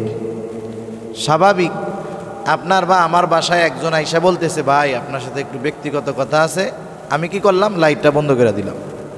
ভয় পেয়ে যাবে না যে আসলাম তো কথা কইতে, এখন কি বাতি নিভাই মায়ের নাকি দেয় আল্লাহই জানে। চিন্তায় পড়ে যাবে, ভয় পেয়ে যাবে, অসৌজন্যতামূলক কাজ হয়ে যাবে। ওই ব্যক্তি এবার জিজ্ঞাসা করে, খলিফাতুল মুসলিমিন বাতি নিভাইয়া দিলেন, কারণটা কি? হযরত উমর রাদিয়াল্লাহু তাআলা আনহু বলতেছে, কথা বলবা ব্যক্তিগত কথা, রাষ্ট্রীয় কথা নয়। তোমার সাথে কথা হবে ব্যক্তিগত কথা, আর রাষ্ট্রের সম্পদ অপচয় হবে, এর হিসাব কে দিবে? 5 মিনিট কথা কইতে কয় টাকার তেলই বা পূর্বে, কতটুকু তেল খরচ হবে? কিন্তু দেখেন রাষ্ট্রের সম্পদের আমানত তারা কিভাবে রক্ষা করছে, সুবহানাল্লাহ। এইরকম এক একজন শাসকের ইতিহাস অনেক বলা যাবে। আর একজনের কথা বলি, মোগল সম্রাটদের ইতিহাস আমাদের উপমহাদেশের একটা অবিচ্ছেদ্য অংশ। কারণ দীর্ঘ সময়ব্যাপী মোগলেরা আমাদের উপমহাদেশ শাসন করেছে। ইসলামের ইতিহাস বলেন আর ভারতীয় উপমহাদেশের ইতিহাস বলেন, ইতিহাসের ব্যাপক অংশ জুড়ে মোগল সম্রাটদের ইতিহাস আছে। আফসোসের ব্যাপার হলো, মুসলমানদের ইতিহাস যারা লেখছে এরা অধিকাংশ হলো অমুসলিম। অমুসলিমরা আমাদের ইতিহাস লেখার কারণে অনেক সময় ইতিহাসের অনেক সত্য বিষয়টাকে তারা লুকায় রাখছে, অসত্যটাকে প্রকাশ করছে বেশি। এমন ইতিহাস প্রকাশ বেশি করেছে যার দ্বারা আমাদের ঈমান আকীদার পর্যন্ত ক্ষতি হয়ে গেছে বেশি। যেমন মোগলদের ইতিহাস যদি পড়েন, ওই ইতিহাস যদি কোনো 200 পৃষ্ঠার বইয়ের মধ্যে থাকে, আপনি আমি দেখতে পাবো ওই বইয়ের অর্ধেক প্রায় 100 পৃষ্ঠা জুড়ে একজন ব্যক্তির ইতিহাস লেখা হবে, যার নাম হলো সম্রাট আকবর। নাম শুনছেন না সম্রাট আকবরের? ইউরোপীয় ঐতিহাসিকরা সম্রাট আকবরকে আকবর দ্য গ্রেট বলে। আকবর দ্য গ্রেট, তাকে একজন মহান শাসক হিসাবে তারা উপাধি দেয়। কারণ কি জানেন? কারণ হলো তৎকালীন সময়ে সম্রাট আকবরের মাধ্যমে ইসলামের যতটুকু ক্ষতি হয়েছে, ইমানের ব্যাপারে, আকীদার ব্যাপারে যতটুকু ক্ষতি হয়েছে, অমুসলিমরাও তৎকালীন সময়ে ইসলামের এত ক্ষতি করতে পারে নাই। যাই হোক, আমি যেই বাদশার কথা বলবো তার নাম হলো বাদশাহ আওরঙ্গজেব। মোগলদের সর্বশেষ বাদশাহ, যিনি শান শৌকতের সাথে মোগল সাম্রাজ্য পরিচালনা করেছেন 60 বছর। উনি সিংহাসনে উপবেশন করার আগে ওনার নাম ছিল আওরঙ্গজেব। সিংহাসনে যখন উপবেশন করলেন তার উপাধি হলো আলমগীর, বাদশাহ আলমগীর। বাদশাহ আলমগীর সিংহাসনে বসেছে। কেমন ছিল তার জীবনী? 60টা বছর মোগল সাম্রাজ্য পরিচালনা করলো। কেমন ছিল তার জীবন? ঐতিহাসিকরা কিন্তু এই বিষয়টা ভালো মতো লেখে নাই। কেমন মানুষ ছিল বাদশাহ আলমগীর? সে রাষ্ট্র থেকে নিজের পরিবারের জন্য কোনো ভাতা, কোনো টাকা নিত না, বরং নিজে হাতে টুপি সেলাই করে পরিবারের খরচ চালাতো। সে যদি চাইতো বড় অঙ্কের বাজেট ভাতা নিয়ে শান শৌকতের সাথে চলতে পারতো, কিন্তু কি করত? বাদশাহ নিজে হাতে টুপি সেলাই করতেন। আর একটা কাজ করত, উনি কোরআনের কপি লিখতেন। হাতের লেখা সুন্দর ছিল ওনার। এই কোরআনের কপি, তখন তো আর ছাপাখানা নাই, কোরআনের কপি লিখতেন, বাজারে নিয়ে যাওয়া হইতো, যা হাদিয়া আসতো ওইটা দিয়ে আর টুপি সেলাইয়ের টাকা দিয়ে উনি ওনার পরিবারের খরচ চালাইতেন। সুবহানাল্লাহ। আল্লাহ তাআলা তার নামটা চিরস্মরণীয় করে রাখছে। দুনিয়া যতদিন থাকবে তার নাম থাকবে, কারণ তার নামে ঐতিহাসিক একটি ফতোয়ার কিতাব আছে, ফতোয়ায়ে আলমগীরি। আল্লাহ তাআলা তার নামটা তামাম দুনিয়ার মুসলমানদের কাছে পরিচিত করে দিয়েছেন। সেজন্য রাষ্ট্রীয় সম্পদ এটা আমানত, রাষ্ট্রের দায়িত্ব আমানত। শুধু তাই না, আমার কাছে অপর মুমিনের মান সম্মান আমানত, ইজ্জতটা আমানত। আমি অপর মুমিনের সম্মান, ইজ্জত, সম্পদ নষ্ট করতে পারি না, এটা আমার কাছে আমানত। আমার জীবনটা আমার কাছে আমানত। আমার শরিয়ত তথা ইসলাম এটাও আমার কাছে আমানত। কোরআনুল কারীমের মধ্যে আল্লাহ রাব্বুল আলামিন বলেন, ইন্না আরাদনাল আমানাতা আলাস সামাওয়াতি ওয়াল আরদি ওয়াল জিবাল ফাআবাইনা আন ইয়াহমিলনাহা ওয়া আশফাকনা মিনহা ওয়া হামালাহাল ইনসান। আল্লাহ রাব্বুল আলামিন বলেন, ইন্না আরাদনাল আমানাতা, আমি এই আমানত পেশ করলাম আলাস সামাওয়াত ওয়াল আরদি ওয়াল জিবাল, আসমান জমিন পর্বতমালার কাছে এই আমানত পেশ করলাম, কিন্তু তারা এই আমানত গ্রহণ করতে অস্বীকৃতি জানাইল, ভীত শঙ্কিত হয়ে গেল। আল্লাহ তাআলা বলেন ওয়াহামালাহাল ইনসান, যেই আমানত আসমান জমিন পর্বতমালা গ্রহণ করলো না, বহন করলো না, ওই আমানত মানুষে বহন করলো। কি সেই আমানত? মুফাসসিরিনে কেরাম বলেন সেই আমানত হলো এই কোরআন। আমানত কি বলেন? কোরআন। তার মানে এই শরীয়ত, কোরআন তো আমাদের জীবন ব্যবস্থা, কোরআন আমাদের সংবিধান, কোরআন আমাদের পথপ্রদর্শক।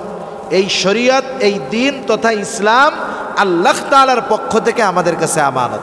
এখন আসেন, একজন যে নামাজ পড়ে না, যে নামাজ পড়ে না, নামাজ না পড়ার গুনাহ হয়, আবার আমানতের খেয়ানতের গুনাহ হয়। প্রত্যেকটা পাপ যখন কেউ করে তখন ওই পাপের গুনাহ হয়, আবার আমানতের খেয়ানতের গুনাহ হয়। শুধু তাই না, আল্লাহ রাব্বুল আলামিন আমাদেরকে কত সুন্দর জানায়া দিলেন, আমরা যখন কোনো গুনাহ করি এটাও খেয়ানত হয়। কারণ আল্লাহ তাআলা বলেন ইয়ালামু খাইনাতাল আয়ুনি ওয়া মা তুখফিস সুদূর। আল্লাহ রাব্বুল আলামিন বলেন তিনি জানেন তোমরা চোখের কি খেয়ানত করো, তোমাদের অন্তরের মধ্যে কি আছে সেটাও তিনি জানেন। সেজন্য যখন আমরা গুনাহ করি, এই গুনাহ করাটাও আমানতের খেয়ানত হয়ে যায়।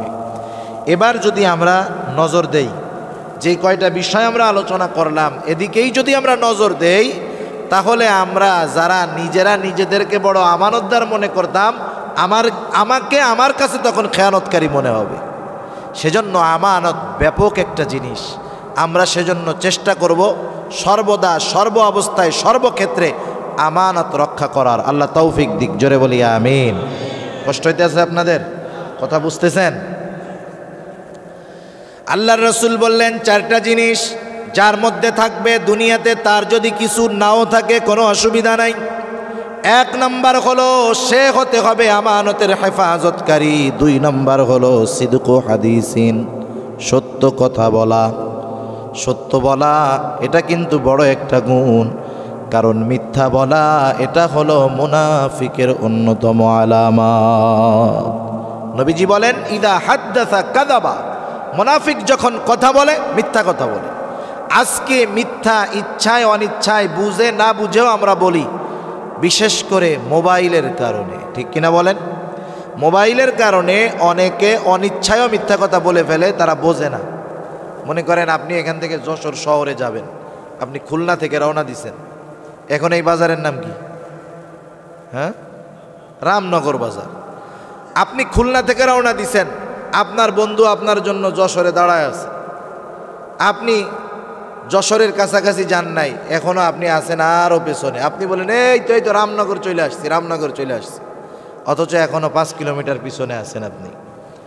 আপনি চিন্তা করতেছেন চলেই তো আসছি, বললে সমস্যা কি? এই মিথ্যাটা আপনি ইচ্ছা করে বলেন নাই, এটা না বুঝা বলছেন, অনিচ্ছায় বলছেন, কিন্তু তারপরেও এটা মিথ্যা কথা হলো কি হলো না? ওইখান থেকে আপনি যে এই 5 কিলোমিটার পাড়ি দিয়ে রামনগর আসতে পারবেন বা আমি পারবো, কোনো গ্যারান্টি আছে? আল্লাহ না করুক ওই জায়গায় যদি অ্যাক্সিডেন্ট করে মরে, বন্ধুও তো আসবে। আসার পরে বন্ধু চিন্তা করবে, কি রে আমার দোস্তর মরার কথা হইলো রামনগর, ও অত দূরে মরলো কেমনি? তার মানে এই দোস্ত মরার আগেও আমার সাথে মিথ্যা কথা কইছে। ঠিক কিনা বলেন? সেজন্য মোবাইলে আমরা এই ধরনের মিথ্যা কথা বলবো না। অনেকে অনিচ্ছায় এগুলা বলি, অভ্যস্ত হয়ে গেছি মিথ্যা বলায়। মিথ্যারে মিথ্যাই মনে করি না, মনে করি এটা স্বাভাবিক বিষয়। অথচ মিথ্যা হলো সকল গুনাহের মা। জঘন্যতম এক কবিরা গুনাহ মিথ্যা কথা বলা। আবার অনেক সময় আমরা আমাদের ছোট ছোট বাচ্চাদের সাথে মিথ্যা কথা বলি। খবরদার, ছোট বাচ্চাদের সাথে মিথ্যা বলবো না। অনেক সময় হয় 3-4 বছরের বাচ্চা একটা গ্লাস ভেঙে ফেলছে, প্লেট ভেঙে ফেলছে, একটা জিনিস নষ্ট করে ফেলছে। বাড়িতে মা ওই বাচ্চার উপরে রেগে যায়। আর আল্লাহ তাআলা মায়ের সাথে সন্তানের সাথে এমন একটা সম্পর্ক আল্লাহ তাআলা দিয়ে দিয়েছে, যে সন্তান কিন্তু তার মায়ের চোখের ভাষাটাও বোঝে। মার মুড মশান কোন সময় কি সন্তান এমনিই বোঝে। ও যখন দেখলো গ্লাস ভেঙে ফেলছে, মা ওর দিকে দাঁত কিটমিট করে যখন বড় চোখ করে তাকাইছে, ও বুঝতে পারছে কাম সারা, এক দৌড় দিয়ে 15 হাত দূরে চলে যাবে, ঠিক না? এখন মার কি মন চাইতেছে? মার তো মন চাইতেছে প্লেট ভাঙছে, ওরে আমার পিটানি দেওয়ার দরকার, তাই না? এই সময় মা দৌড় দেয় না, কি বলে জানেন? এদিকে আয়, কিচ্ছু কমু না, এদিকে আয়, কিচ্ছু বলবো না, এদিকে আসো। এবার ওই বাচ্চা চিন্তা করে মা তো কিছু বলবে না বলছে, মাকে বিশ্বাস করে মার কাছে আসে। মা এবার ধইরা দেয় কি দেয় না? কম বেশি সবার জীবনে এরকম হয়, সবার পরিবারে এটা হয়। কি ক্ষতি করতেছেন জানেন? একদিন, 2 দিন, 3 দিন ছেলেকে ওই রকম ডাকবেন, আসবে। এরপরে এক সময় অপরাধ করবে, ডাক দিবেন, আসবে না। আপনি যদি বলেন যে না তোরে মারবো না, এদিকে আয়, ও বিশ্বাস করবে না, বলবে যে না না তুমি যাওয়ার পরে মারবা, ঠিক কিনা বলেন? আমরা ছোটবেলায় ইংরেজি বইতে একটা গল্প পড়ছি। এক রাখাল প্রতিদিন ওই রাখাল গরু চড়াইতে গিয়া হঠাৎ একদিন দুষ্টমি করে গাছের উপরে ওইটা ডাক ছাড়ছে, বাঘ বাঘ বাঘ। আশেপাশের কৃষকেরা সব চলে আসছে, আইসা বলে কই বাঘ? বলে আমি তোমাদের সাথে একটু মজা করছি। তারা বিরক্ত হয়ে চলে গেল। আবার কয়েকদিন পরে আবার ডাক ছাড়ছে, বাঘ বাঘ বাঘ। এবার সবাই আসে নাই, অল্প কিছু লোক আসছে। বাঘ কই? বলে একটু মজা করছি। এবার তৃতীয় দিন সত্যই বাঘ আসছে, এবার সে ডাকতেছে বাঘ বাঘ বাঘ। এবার আর কেউ আসে নাই। কি উপদেশ ছিল? এই গল্পের লাস্টে উপদেশ ছিল ডু নট টেল এ লাই, কখনো মিথ্যা কথা বলবা না। আপনি যখন সন্তানের সাথে এরকম মিথ্যা বলবেন, এই ছোটবেলায় যদি ওই সন্তানের তার মা বাবার উপরে এই অবিশ্বাস তৈরি হয় যে আমার মা বাবা আমার সাথে মিথ্যা কথা বলে, এই অবিশ্বাস বড় হলে ঠিক হবে না, বড় হলেও এই অবিশ্বাস তার মা বাবার উপরে তার থাকবে। কারণ রাসূলুল্লাহ সাল্লাল্লাহু আলাইহি ওয়াসাল্লাম বলেন, শিশুকালে বাচ্চারা যা শিখে সেটা হলো পাথরে খোদাই করার মতো। ছোটবেলায় সে যেটা শিখে বড় হলে তার বাস্তব প্রতিফলন দেখা যায়। সেজন্য আমি আমার সন্তানের সাথে মিথ্যা কথা বলার দ্বারা আমি তার উপরে আমার আস্থাটা হারায়া ফেলতেছি। রাসূল আকরাম সাল্লাল্লাহু আলাইহি ওয়াসাল্লামের কাছে একদিন একজন মহিলা আসছেন। মহিলার সাথে ছোট একটা বাচ্চা, বাচ্চাটা অনেক দূরে চলে গেল। এইবার মহিলা হাতের মধ্যে মুষ্টি পাকাইছে, মুড দেখায় বলতেছে আব্বু এদিকে আসো, মজা দিব, হাতের মধ্যে মজা। আমরাও ছোট বাচ্চাদের অনেক সময় এরকম বলি। এইবার ওই বাচ্চাটা কাছে আসলো, মুষ্টি খুলে মা ওই বাচ্চার হাতে একটা খেজুর দিলেন। রাসূলুল্লাহ সাল্লাল্লাহু আলাইহি ওয়াসাল্লাম দেখতেছে কি করে মা। খেজুরটা দেওয়ার পর আমার আপনার নবী বলতেছেন, শোনো, তুমি যদি এই বাচ্চার হাতে কিছু না দিতা অবশ্যই তুমি মিথ্যাবাদী হিসাবে গণ্য হতা। সেজন্য কারো সাথেই মিথ্যা কথা বলবো না, মিথ্যা বলবো না। মিথ্যা সকল গুনাহের মা। একটা মিথ্যাকে প্রতিষ্ঠিত করার জন্য হাজারো মিথ্যা বলা লাগে, একটা মিথ্যা প্রতিষ্ঠিত করতে হাজার মিথ্যা বলা লাগে। কিন্তু এক সময় সত্য ওই যে পূর্ব দিক দিয়ে যখন সূর্য ওঠে সব আধার কেটে আলোকিত হয়ে যায়, সত্য একটা সময় এরকম সূর্যের ন্যায় ফুটে উঠে সব মিথ্যা প্রকাশিত হয়ে যায়, ঠিক কিনা বলেন? তখন অপমানিত হতে হয়, লজ্জিত হতে হয়। সেজন্য মিথ্যা বলবো না। ধোকাও কিন্তু এক ধরনের মিথ্যা। অনেক সময় আমরা মানুষদেরকে ধোকা দেই, ব্যবসা করে তিনি ধোকা দেয়, বিভিন্ন কাজে বিভিন্ন জন ধোকা দেয়, এটাও মিথ্যার একটা প্রকার। একদিন রাসূলুল্লাহ সাল্লাল্লাহু আলাইহি ওয়াসাল্লাম বাজারে গেছেন, একজন শস্যর স্তূপ দিয়ে রাখছে, উপর দিয়ে সব শুকনা। আল্লাহর নবী ভেতরে হাত দিয়ে দিলেন, তিনি দেখলেন উপরে শুকনা ভেতরে ভেজা। নবীজি জিজ্ঞাসা করলেন, তুমি এমনটা কেন করলা? বলে, মানুষকে আকৃষ্ট করার জন্য করেছি। কারণ শুকনা যেই শস্য এটা ওজন দিতে গেলে বেশি হবে, আর ভেজাটা অল্পতে ওজন বেশি হয়ে যাবে। নবীজি বললেন, শোনো, মান গাশশানা ফালাইসা মিন্না। যে ধোঁকা দেয় সে আমার উম্মত হতে পারে না। এ ধোঁকা এখন সব জায়গায়, মিথ্যার ধোঁকা আছে না নাই? সব জায়গায় আছে। ছেলে মেয়ে দেখতে যাবে ধোঁকা, মেয়েরে কি করবে? 3 পাত্তা রং টং কইরা আইনা ছেলেরে দেখাবে। ও তো দেখছি খুব ভালো, দেখে পছন্দ হয়ে গেছে। যখন 2 দিন পরে আসল ফেস বাইর হয়ে যাবে তখন কি হবে?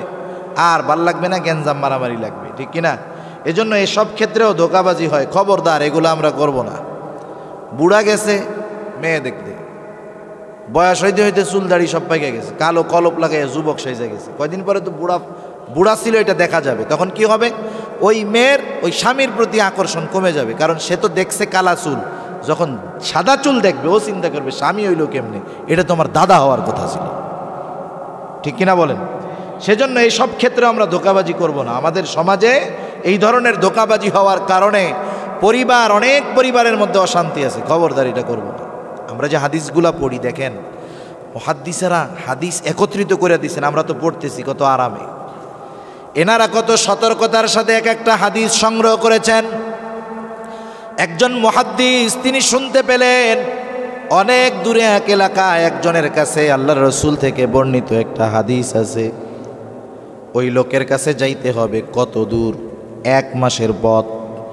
উনি একটা হাদিসের জন্য 1 মাসের পায়ে হাঁটার পথ অতিক্রম করে লোকটার বাড়িতে গেলেন। লোকটার বাড়িতে গিয়ে জিজ্ঞাসা করতেছে, বাড়িওয়ালা কোথায়? আমি অমক দূর, এত দূর থেকে এসেছি তার কাছ থেকে একটা হাদিস শোনার জন্য। আল্লাহর নবীর একটা হাদিস তিনি জানেন। বলা হলো যে উনি ওই পাশে উটকে খাবার দিতেছে। এবার উনি চলে গেলেন ওই লোকের কাছে, গিয়ে দেখেন লোকটা কি করে। তিনি দেখলেন যেই লোকটার কাছে তিনি হাদিস শোনার জন্য গিয়েছেন, ওনার উটটা ছুটে গেছে। উনি উটটাকে কাছে আনার জন্য উটের যেই খাবারের পাত্র, এটার মধ্যে টোকা দিচ্ছেন, বাড়ি দিচ্ছেন। কারণ মানুষ প্রাণীদের সাথে কিছু ভাষা ব্যবহার করে, এটা প্রাণীরা বুঝে। যেমন আপনি যদি বিড়াল দূরে থাকে, আপনি যদি বিড়ালে ডাক দেন, কি করবে বলেন তো? কি করবে? এটা একটা ভাষা। ওর সাথে আপনার কথোপকথন হইতেছে, আপনি বলতেছেন আয় তোর লেগে খাবার আছে, ও দেখবেন লেজ নাড়াই নাড়াই আপনার কাছে চলে আসছে। আপনারা যখন মুরগিরে খাবার দেয় না আমাদের মা বোনরা, কি বলে? ওনাদের একটা ভাষা আছে। যখন ওইরকম বলে, মুরগি তার বাচ্চা সহকারে খাইতে চলে আসে। ওই রকম উট ছুটে গেছে, উটকে যে খাবার দেওয়া হবে এর একটা ভাষা আছে। উনি ওই খাবারের পাত্রে টোকা দিচ্ছেন, তার মানে বুঝাইতেছেন তুই এদিকে, তোর লেগে খাবার আছে এই জায়গায়। কিন্তু তিনি যখন উটকে ওইরকম শব্দ দিয়ে ডাকতেছেন, পাত্রের মধ্যে খাবার নাই, তার মানে লোকটা উটটাকে ধোকা দিচ্ছে। উনি যখন এই দৃশ্য দেখলেন, 1 মাস পায়ে হেঁটে একটা হাদিস শোনার জন্য গেছেন, উনি চিন্তা করলেন যেই লোকটা একটা অবলা প্রাণীকে ধোকা দিতে পারে তার কাছ থেকে হাদিস শোনা যায় না। আবার 1 মাসের পথ এটা ফিরে চলে আসছে। চিন্তা করেন, সেজন্য ধোকাও এক প্রকারের মিথ্যা। আমরা কাউরে ধোকা দিব না। এজন্য আমার আপনার নবী বলেন, ইন্নাস সিদকা ইয়াহদি ইলাল বীর ওয়া ইন্নাল বিররা ইয়াহদি ইলাল জান্নাহ। নবীজি বলেন, নিশ্চয়ই মানুষকে, সত্য মানুষকে কল্যাণের পথ দেখায়, আর কল্যাণ মানুষকে জান্নাতের পথ দেখায়। ওয়া ইন্নাল কিযবা ইয়াহদি ইলাশ শার ওয়া ইন্নাশ শাররা ইয়াহদি ইলান নার। নিশ্চয়ই মিথ্যা মানুষকে অকল্যাণের পথ দেখায়, আর অকল্যাণ মানুষকে জাহান্নামের পথ দেখায়। সেজন্য আমরা দ্বিতীয় গুণ, সত্য বলবো, মিথ্যা বলবো না। 3 নাম্বার নবী আমার বলেন, ওয়া হুসনু খুলুকিন, উত্তম আখলাকওয়ালা হব, উত্তম চরিত্রওয়ালা হব। কারণ আমার আপনার নবী উত্তম চরিত্রের ব্যাপারে খুব গুরুত্ব দিয়েছেন। হযরতে আবু হুরায়রা রাদিয়াল্লাহু তাআলা আনহু হতে বর্ণিত হাদিস, নবীজিকে জিজ্ঞাসা করা হলো, ইয়া রাসূলুল্লাহ, মিজানের মধ্যে সবচাইতে ওজন হবে কোন আমল? কারণ আমল কত বড় এটা দেখা হবে না, আমলের ওজন হবে। নবীজিকে জিজ্ঞাসা করা হলো কোন আমলটা সবচাইতে বেশি ওজন হবে? আমার আপনার নবী নামাজের কথা বলেন নাই, রোজার কথা বলেন নাই, হজের কথা বলেন নাই, যাকাতের কথা বলেন নাই। নবীজি বললেন, শোনো, মিজানের মধ্যে সবচাইতে ওজন হবে ওই আমল যেটার নাম হলো উত্তম চরিত্র, উত্তম আখলাক, উত্তম চরিত্র। আর আমার আপনার যদি উত্তম চরিত্রের অধিকারী হওয়ার ইচ্ছা থাকে তাহলে আমাকে অনুসরণ করতে হবে রাসূলুল্লাহ সাল্লাল্লাহু আলাইহি ওয়াসাল্লামের। কারণ আমার আপনার নবী বলেন, বুইসতু লি উতাম্মিমা মাকারিমাল আখলাক, আমাকে উত্তম চরিত্রের পূর্ণাঙ্গতা প্রদানার্থে প্রেরণ করা হয়েছে। তার মানে আমার আপনার নবী হলেন উত্তম চরিত্রের পূর্ণাঙ্গতা দানকারী। সুবহানাল্লাহ। আমার আপনার নবীর চরিত্র হলো পূর্ণাঙ্গ চরিত্র। আমরা যদি কোনো সরকারি কাজের জন্য যখন চারিত্রিক সনদপত্রের দরকার হয়, যারা পৌরসভার মধ্যে তারা যায় কাউন্সিলরের কাছে, আমরা যাই ইউনিয়ন পরিষদে, ঠিক না? চেয়ারম্যান সাহেব উনি লেখা দেয় যে এই লোকটা ভালো, রাষ্ট্রীয় কোনো কাজের সাথে ধর্ম খুব ভালো মানুষ, শেষ। উনি আমার চরিত্রের সার্টিফিকেট দিলেন। দেখা গেল শাইখুল হাদিস একজন আল্লাহওয়ালা, ওনার চরিত্রের সার্টিফিকেট দিল একজন চোর। কথা বোঝেন নাই? এরকমই তো হয়। অথচ দেখেন আমার আপনার নবীর চরিত্রের সনদপত্র কে দিয়েছেন? দুনিয়ার কেউ দেয় নাই, আল্লাহ রাব্বুল আলামিন দিয়ে দিয়েছে। যেই সনদপত্র, যেই সার্টিফিকেট এই কোরআনের মধ্যে আল্লাহ তাআলা রেখে দিয়েছেন। আল্লাহ তাআলা বলেন, ওয়া ইন্নাকা লাআলা খুলুকিন আযীম, আপনাকে আমি মহান চরিত্রে অধিষ্ঠ করেছি, মহান চরিত্রে অধিষ্ঠ করেছি। আবার আল্লাহ তাআলা আমার আপনার নবীর চরিত্রের ব্যাপারে এই সার্টিফিকেট দিয়ে আমাদের কি বললেন? আমাদেরকে আল্লাহ তাআলা বললেন, লাকাদ কানা লাকুম ফি রাসূলিল্লাহি উসওয়াতুন হাসানাহ। আল্লাহ তাআলা বলেন, অবশ্যই তোমাদের জন্য রাসূলের জীবন আদর্শের মধ্যে রয়েছে উত্তম আদর্শ। সেজন্য আমরা যদি পরিপূর্ণ আখলাকওয়ালা হতে চাই, উত্তম চরিত্রওয়ালা হতে চাই, আমাদেরকে আল্লাহর রাসূল সাল্লাল্লাহু আলাইহি ওয়াসাল্লামের অনুসরণ করতে হবে। জীবনের প্রত্যেকটা ক্ষেত্রে একটা মানুষের অনেক পরিচয় হয়, একটা মানুষের অনেক পরিচয় হয়। একজন মুরব্বী, সে দাদা হয়, সে শ্বশুর হয়, সে তাওই হয়, সে বাপ হয়, রাষ্ট্রীয় দায়িত্ব পাইলে চেয়ারম্যান হয়, মেম্বার হয়, এমপি হয়, স্বামী হয়। কত পরিচয় থাকে না একজনের? কত পরিচয় থাকে। প্রত্যেকটা পরিচয় আদর্শওয়ালা পরিচয় হতে হবে। একজন স্বামী, সে হবে আদর্শ স্বামী। একজন বাবা, সে হবে আদর্শ বাবা। একজন রাষ্ট্রনায়ক, সে হবে আদর্শ রাষ্ট্রনায়ক। একজন বন্ধু, সে হবে আদর্শ বন্ধু। এখন যদি আদর্শ বন্ধু হতে হয়, আদর্শ রাষ্ট্রনায়ক হতে হয়, আদর্শ স্বামী হতে হয়, আদর্শ পিতা যদি হতে হয়, রাসূল আকরাম সাল্লাল্লাহু আলাইহি ওয়াসাল্লামের পূর্ণাঙ্গ অনুসরণ করতে হবে। কারণ আমার আপনার নবী বাবা হিসাবে সর্বোত্তম বাবা, সঙ্গী হিসাবে সর্বোত্তম সঙ্গী, স্বামী হিসাবে সর্বোত্তম স্বামী, শ্বশুর হিসাবে সর্বোত্তম শ্বশুর। সুবহানাল্লাহ। নবীজির জীবনের প্রত্যেকটা পাঠ, প্রত্যেকটা অংশ আমরা যদি এক একটা করে গ্রহণ করতে পারি, আমাদের জীবনটা আখলাকওয়ালা জীবন হয়ে যাবে। তো লম্বা বিষয়, এত বিষয় তো বলার সুযোগ নেই। সব কিছু তো বললে আর শুনলে হবে না, আমল করার দরকার আছে না? নেই। আমরা উত্তম আখলাকের একটা আখলাক গ্রহণ করব, একটা উত্তম চরিত্র, একটা কর্ম আমরা গ্রহণ করব। করা যাবে না ইনশাআল্লাহ? কোনটা করব? রাসূলুল্লাহ সাল্লাল্লাহু আলাইহি ওয়াসাল্লাম বলেন, মাল্লাম ইয়ারহাম সগীরানা ওয়ালাম ইউক্কির কাবীরানা ফালাইসা মিন্না। নবীজি আমার বলেন, মাল্লাম ইয়ারহাম সগীরানা, যে ছোটর উপরে রহম করে না, ছোটকে স্নেহ করে না, ওয়ালাম ইউক্কির কাবীরানা, যে বড়কে সম্মান করে না, শ্রদ্ধা করে না, নবীজি বলেন ফালাইসা মিন্না, সে আমার উম্মত নয়। তাহলে আমরা ছোটদেরকে স্নেহ করব, মহব্বত করব, ভালোবাসব। আর যারা বড় আছে তাদেরকে আমরা কি করব? শ্রদ্ধা করব, সম্মান করব। সমস্যা কোথায় দেখেন, হাদিসের ইবারতের দিকে খেয়াল করেন। আল্লাহর নবী আগে বলছেন যে ছোটকে স্নেহ করে না। আমাদের কিছু মুরব্বী আছে, সবাই না, আমরা যারা বড়, একটু বড়, আমরা সব সময় চাই এই ছোট পোলাপান আমাকে সালাম দিব, তাই না? আমরা চাই যে পোলাপান আমাদের সাথে শ্রদ্ধার ব্যবহার করবে, সম্মান করবে। আমি ছোটকে স্নেহ করি আর না করি, ছোট আমারে কি করবে? সালাম দিবে, স্নেহ করবে। বিষয়টা হলো কি, আমাদের অভ্যাস, আমি যেটা চাই আমি সেটা করি না। আমি যেটা চাই সেটা করি না। আমি চাই যে আমার একটা ছোট সালাম দিবে, আমি ছোটরে সালাম দিতে রাজি নেই। এটা হবে না। আল্লাহ রসুল সাল্লাল্লাহু আলাইহি ওয়াসাল্লাম কি করতেন? ছোটদেরকে উনি আগে সালাম দিতেন, ছোটদেরকে আগে সালাম দিতেন। আর আমরা কি করি জানেন? আমরা খেয়াল করে দেখি যে ওই ছোট আমার পাশ দিয়া গেল, সালাম দিল কি দিল না। যদি না দেয়, আমি তো দেখতেছি সালাম দিল না, ওর বাপের কাছে যে কি বলা, বেয়াদবের বেয়াদব, কি শিখাইছেন এটি? আমি মুরব্বী মানুষ, আমার দেখা সালাম ও কালাম কিচ্ছু নাই, বেয়াদবরে আসলে একটু ভদ্রতা শিখাইয়েন। আচ্ছা, ছোট মানুষ, ওর তো ধান্দা ভিন্ন রকম, ঠিক কিনা বলেন? আপনি এক কাজ করেন না, তার কাছ থেকে যদি আপনার সালাম চাইতে হয়, পাইতে হয়, তাহলে আপনি তারে 2 দিন সালাম দেন।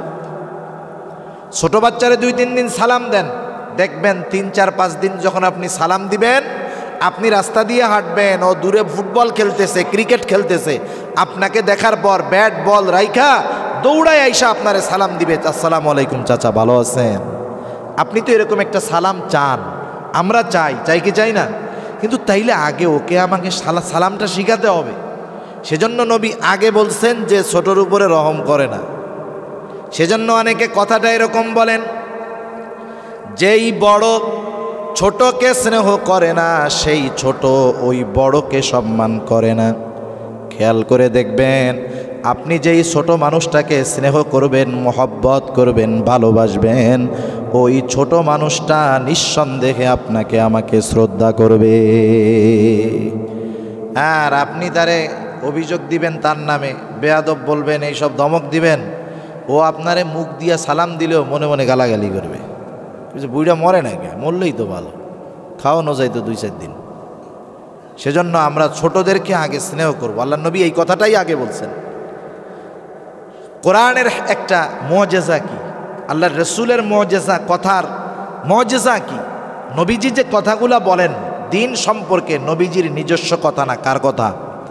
কোরআনের প্রত্যেকটা শব্দ আগে পরে হওয়ার মধ্যেও রহস্য নিহিত আছে। একটা শব্দ আগে, একটা শব্দ পরে, একটা কথা আগে, একটা কথা পরে, একটা বাক্য আগে, আর একটা বাক্য পরে। কেন আগে পরে? এটারও কারণ আছে। সুবহানাল্লাহ। এখানে নবীজি বোঝাইতে চাইলেন যে বড়রা আমরা যদি ছোটদের কাছে শ্রদ্ধা চাই, ছোটদের কাছে সম্মান চাই, তাহলে আমাদেরকে আগে ছোটদের স্নেহ করতে হবে। সেজন্য আমরা এখন থেকে ছোটদের সালাম দিব, বাসায় গিয়ে সালাম দিব, পরিবার পরিজন, স্ত্রী সন্তান, এদেরকে সালাম দিব। আন্তরিকতা, মহব্বত পয়দা হবে।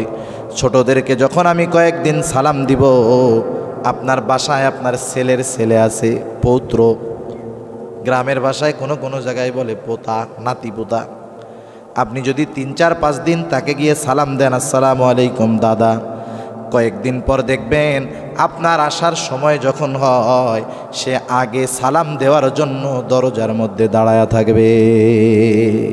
এই আখলাকগুলা ছোটদেরকে বড়রা শেখাবে। ছোটরা বড়দের অনুকরণ করে। আর সেজন্য আমাদের আখলাক যেমন হবে ছোটদের সেরকম হবে। সেজন্য আমরা একটা উত্তম আখলাকের আমল করব, যে আমাদের ছোট যারা, তাদেরকে আমরা স্নেহ করব, মহব্বত করব, ভালোবাসবো। আর আমাদের যারা বড়, তাদেরকে আমরা সম্মান করব। করা যাবে না ইনশাআল্লাহ? 4 নম্বর নবীজি বলেন, ওয়াইফাতুন ফি তুমাতিন, হালাল রিজিক, হালাল খাবার হতে হবে। কারণ হালাল খাবার যার নাই, তার কিন্তু ইবাদত কবুল হবে না, জান্নাতে যেতে পারবে না। নবীজি বলেন, লা ইয়াদখুলুল জান্নাতা জাসাদুন গুদিয়া বিল হারাম, হারাম ভক্ষণকারীর শরীর জান্নাতে প্রবেশ করবে না। আর 5 মিনিটের মধ্যে শেষ হয়ে যাবে ইনশাআল্লাহ। হারাম ভক্ষণকারীর শরীর জান্নাতে প্রবেশ করবে না। কত জঘন্য এক কথা! হালালের ব্যাপারে কতটা গুরুত্ব আল্লাহ তাআলা, আল্লাহর নবী বলেন, কাসবুল হালালি ফারিদাতুম বাদাল ফারিদাহ, ফরজ ইবাদতের পরে অন্যতম ফরজ ইবাদত হলো হালাল উপার্জন করা। হালাল উপার্জন ছাড়া কিন্তু আমার আপনার আমলগুলা কবুল হবে না। 2টা জিনিস খেয়াল রাখতে হবে, উপার্জনও হালাল, খাবারটাও হতে হবে হালাল।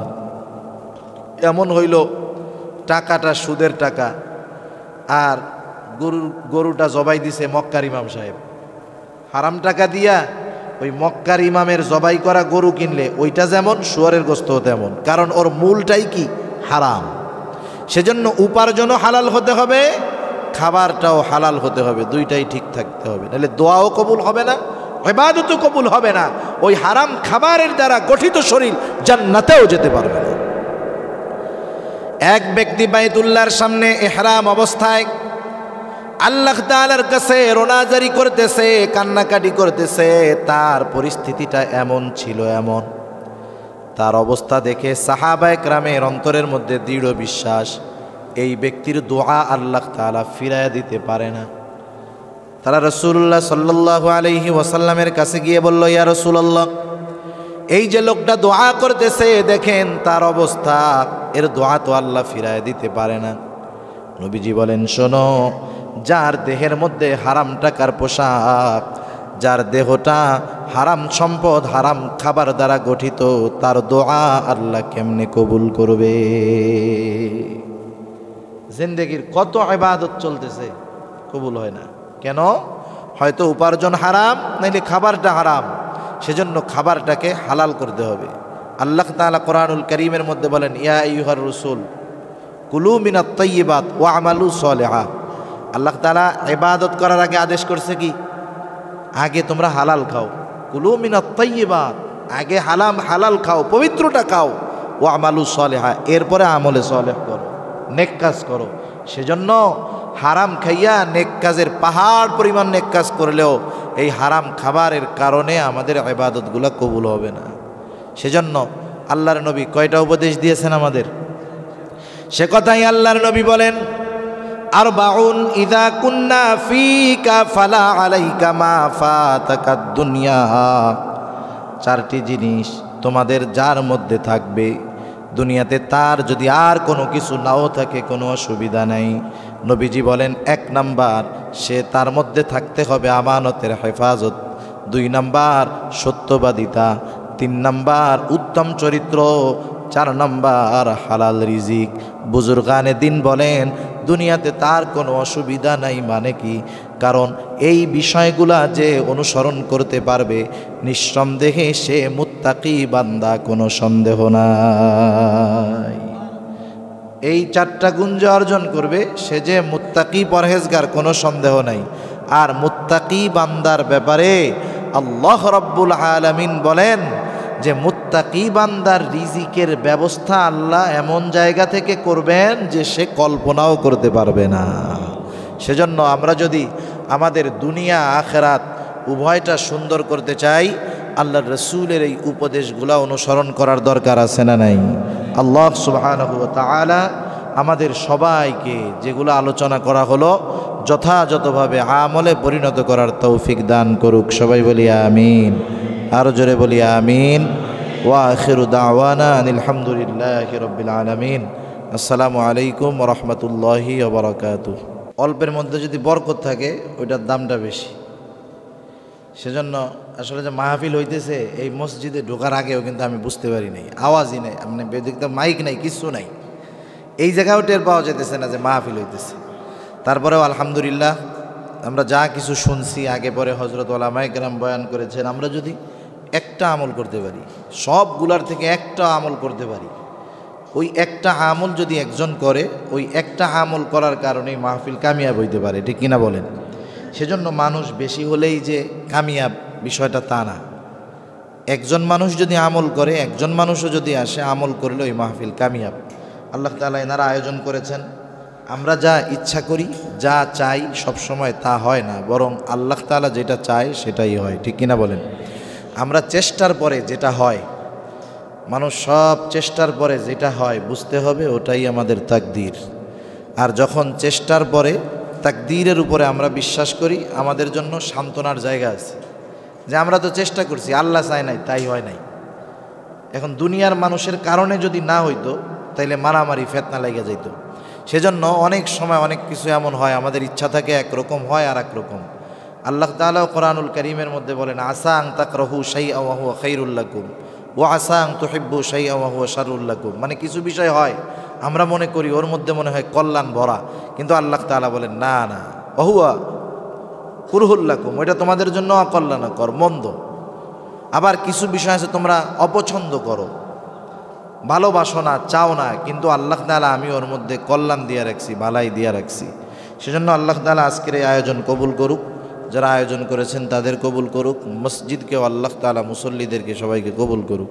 আমরা দুরূদ শরীফ পাঠ করি। আল্লাহুম্মা সাল্লি আলা মুহাম্মদ ওয়া আলা আলি মুহাম্মাদিন কামা সাল্লাইতা আলা ইব্রাহিম ওয়া আলা আলি ইব্রাহিম ইন্নাকা হামিদুম মাজিদ।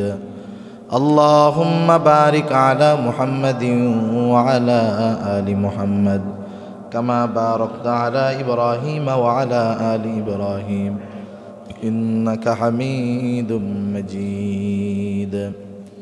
আলহামদুলিল্লাহি রাব্বিল আলামিন ওয়াল আকিবাতু লিল মুত্তাকিন والصلاة والسلام على خير خلقه محمد وعلى آله وأصحابه أجمعين. ربنا ظلمنا أنفسنا وإن لم تغفر لنا وترحمنا لنكونن من الخاسرين. ربنا آتنا في الدنيا حسنة وفي الآخرة حسنة وقنا عذاب النار. ربنا لا تزغ قلوبنا بعد إذ هديتنا وهب لنا من لدنك رحمة إنك أنت الوهاب. দয়াময় আল্লাহ, গভীর রাত পর্যন্ত দিনই আলোচনা করার পর গুনাহ মাখা হাত আপনার শাহী দরবারের দিকে তুলে ধরেছি। আল্লাহ, আয় আল্লাহ, রাত্র যত গভীর হয় দুনিয়ার মানুষের দরজাগুলা বন্ধ হয়ে যায়, আর রাত্র যত গভীর হয় আপনার রহমতের দুয়ার তত উন্মোচিত হয়। আয় আল্লাহ, আমরা গুনাহগার, আপনি তো গফফার। আয় আল্লাহ, আমরা গুনাহ করতে ভালোবাসি, আপনি ক্ষমা করতে ভালোবাসেন।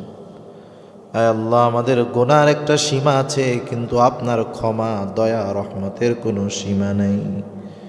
আয় আল্লাহ, আপনি আপনার রহমান, রহিম, গফুর, গফফার নামের উসিলায় আমাদের প্রত্যেকের বিগত জীবনের সকল প্রকার কবিরা সগীরা গুনাহগুলা মাফ করে দেন।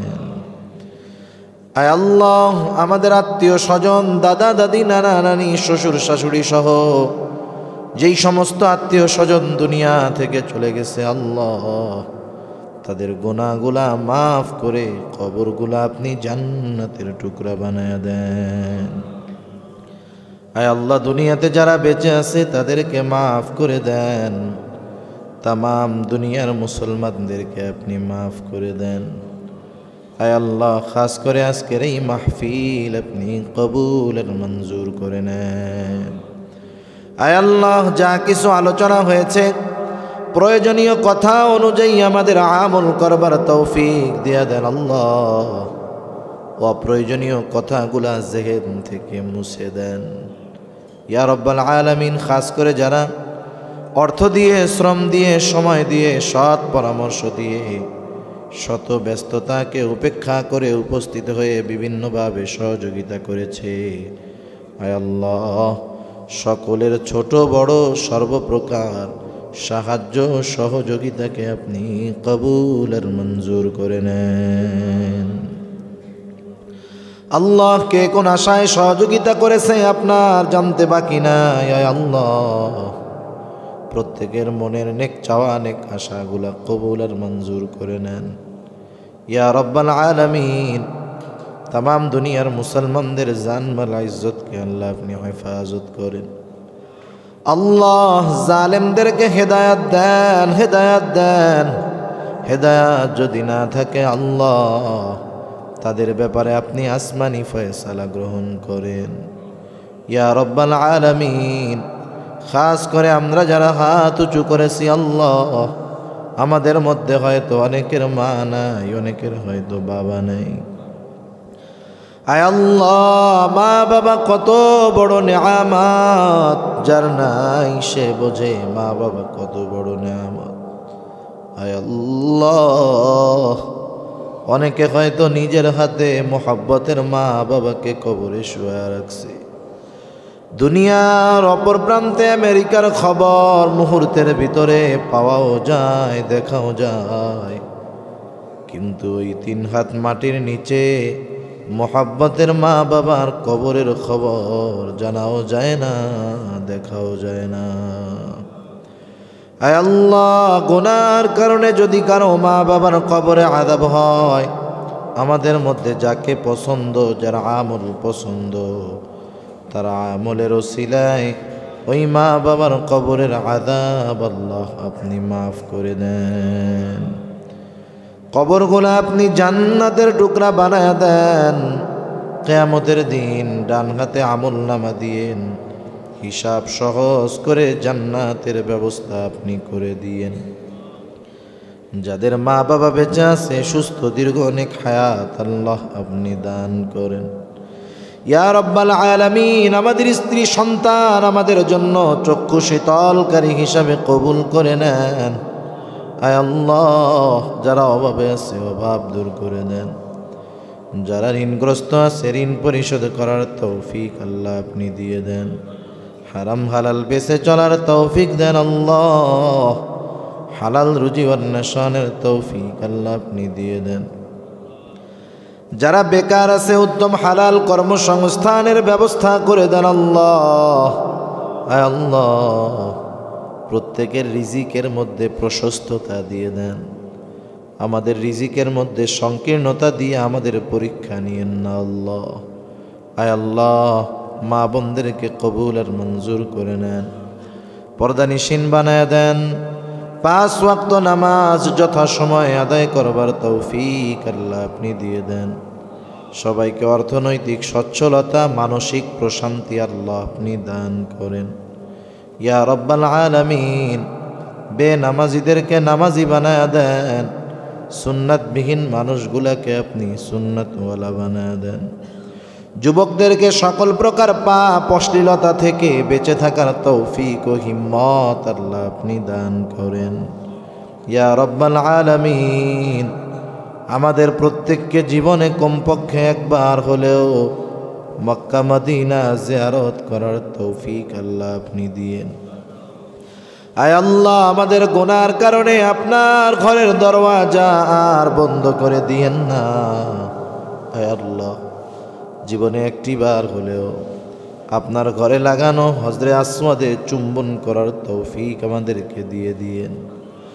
আপনার হাবিবের রওজার পাশে দাঁড়াইয়া প্রাণ ভরে সালাম দেওয়ার তৌফিক আল্লাহ আপনি আমাদেরকে দিয়ে দিয়েন।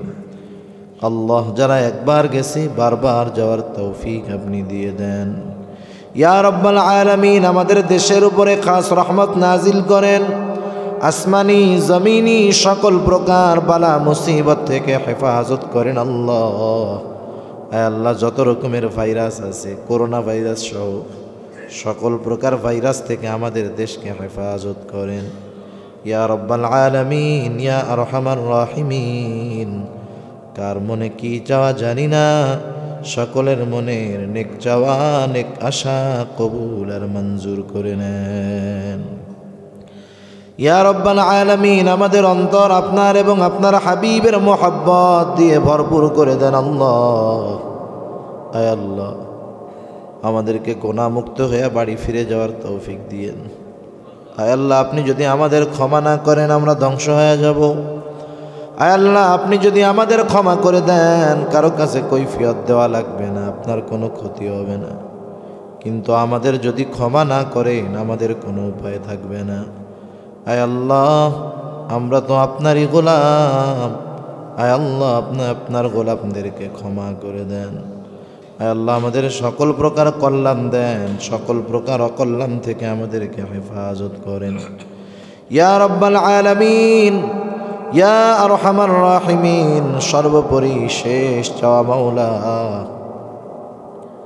মালাকুল মউত যথাসময় আমাদের প্রত্যেকের কাছে মৃত্যুর পরোয়ানা নিয়ে হাজির হয়ে যাবে। আয় আল্লাহ, জানি না এখান থেকে আমরা বাড়িতে বাসায় ফিরে যেতে পারবো কিনা। আয় আল্লাহ, জানি না আমাদের মধ্যে কার নাম না জানি আসমানি দপ্তরে মৃত বলে লেখা হয়ে গেছে, না জানি আমাদের কার কাফনের কাপড়টা বাজারের দোকানে চলে আসছে। আয় আল্লাহ, না জানি কার কবরের বাসটা ঝাড়ের মধ্যে পেকে গেছে। আয় আল্লাহ, না জানি কার কবরের চাটাইটা চাটাইয়ের দোকানে চলে আসছে। আল্লাহ, আয় আল্লাহ, মালাকুল মউত যখন আসবে, আমার আপনজন কাছের মানুষ কেউ আমার উপকারে আসবে না। আয় আল্লাহ, না সন্তান কোনো উপকার করতে পারবে, আয় আল্লাহ, না মা বাবা সন্তানের কোনো উপকার করতে পারবে। ওই কঠিন সময় আপনি আপনার প্রত্যেকটা গোলামের জবানে তাওহীদের কালিমা নসিব করে দিয়ে ইয়া রাব্বাল আলামিন। এই মসজিদের যা কিছু প্রয়োজনীয়তা আছে আপনি গায়বী খাজানা থেকে ব্যবস্থা করে দিয়েন। আয় আল্লাহ, এলাকাবাসীকে কবুল আর মঞ্জুর করে নিয়েন। আশেপাশে যত কবরস্থান আছে, যে যেখানে শুয়ে আছে, সবার কবরের আযাব মাফ করে কবরকে আপনি জান্নাতের টুকরা বানায়া দিয়েন। ইহদিনাস সিরাতাল মুস্তাকিম, ইহদিনাস সিরাতাল মুস্তাকিম, সিরাতাল লাযীনা আন'আমতা আলাইহিম গায়রিল মাগদুবি আলাইহিম ওয়ালাদ-দাল্লিন।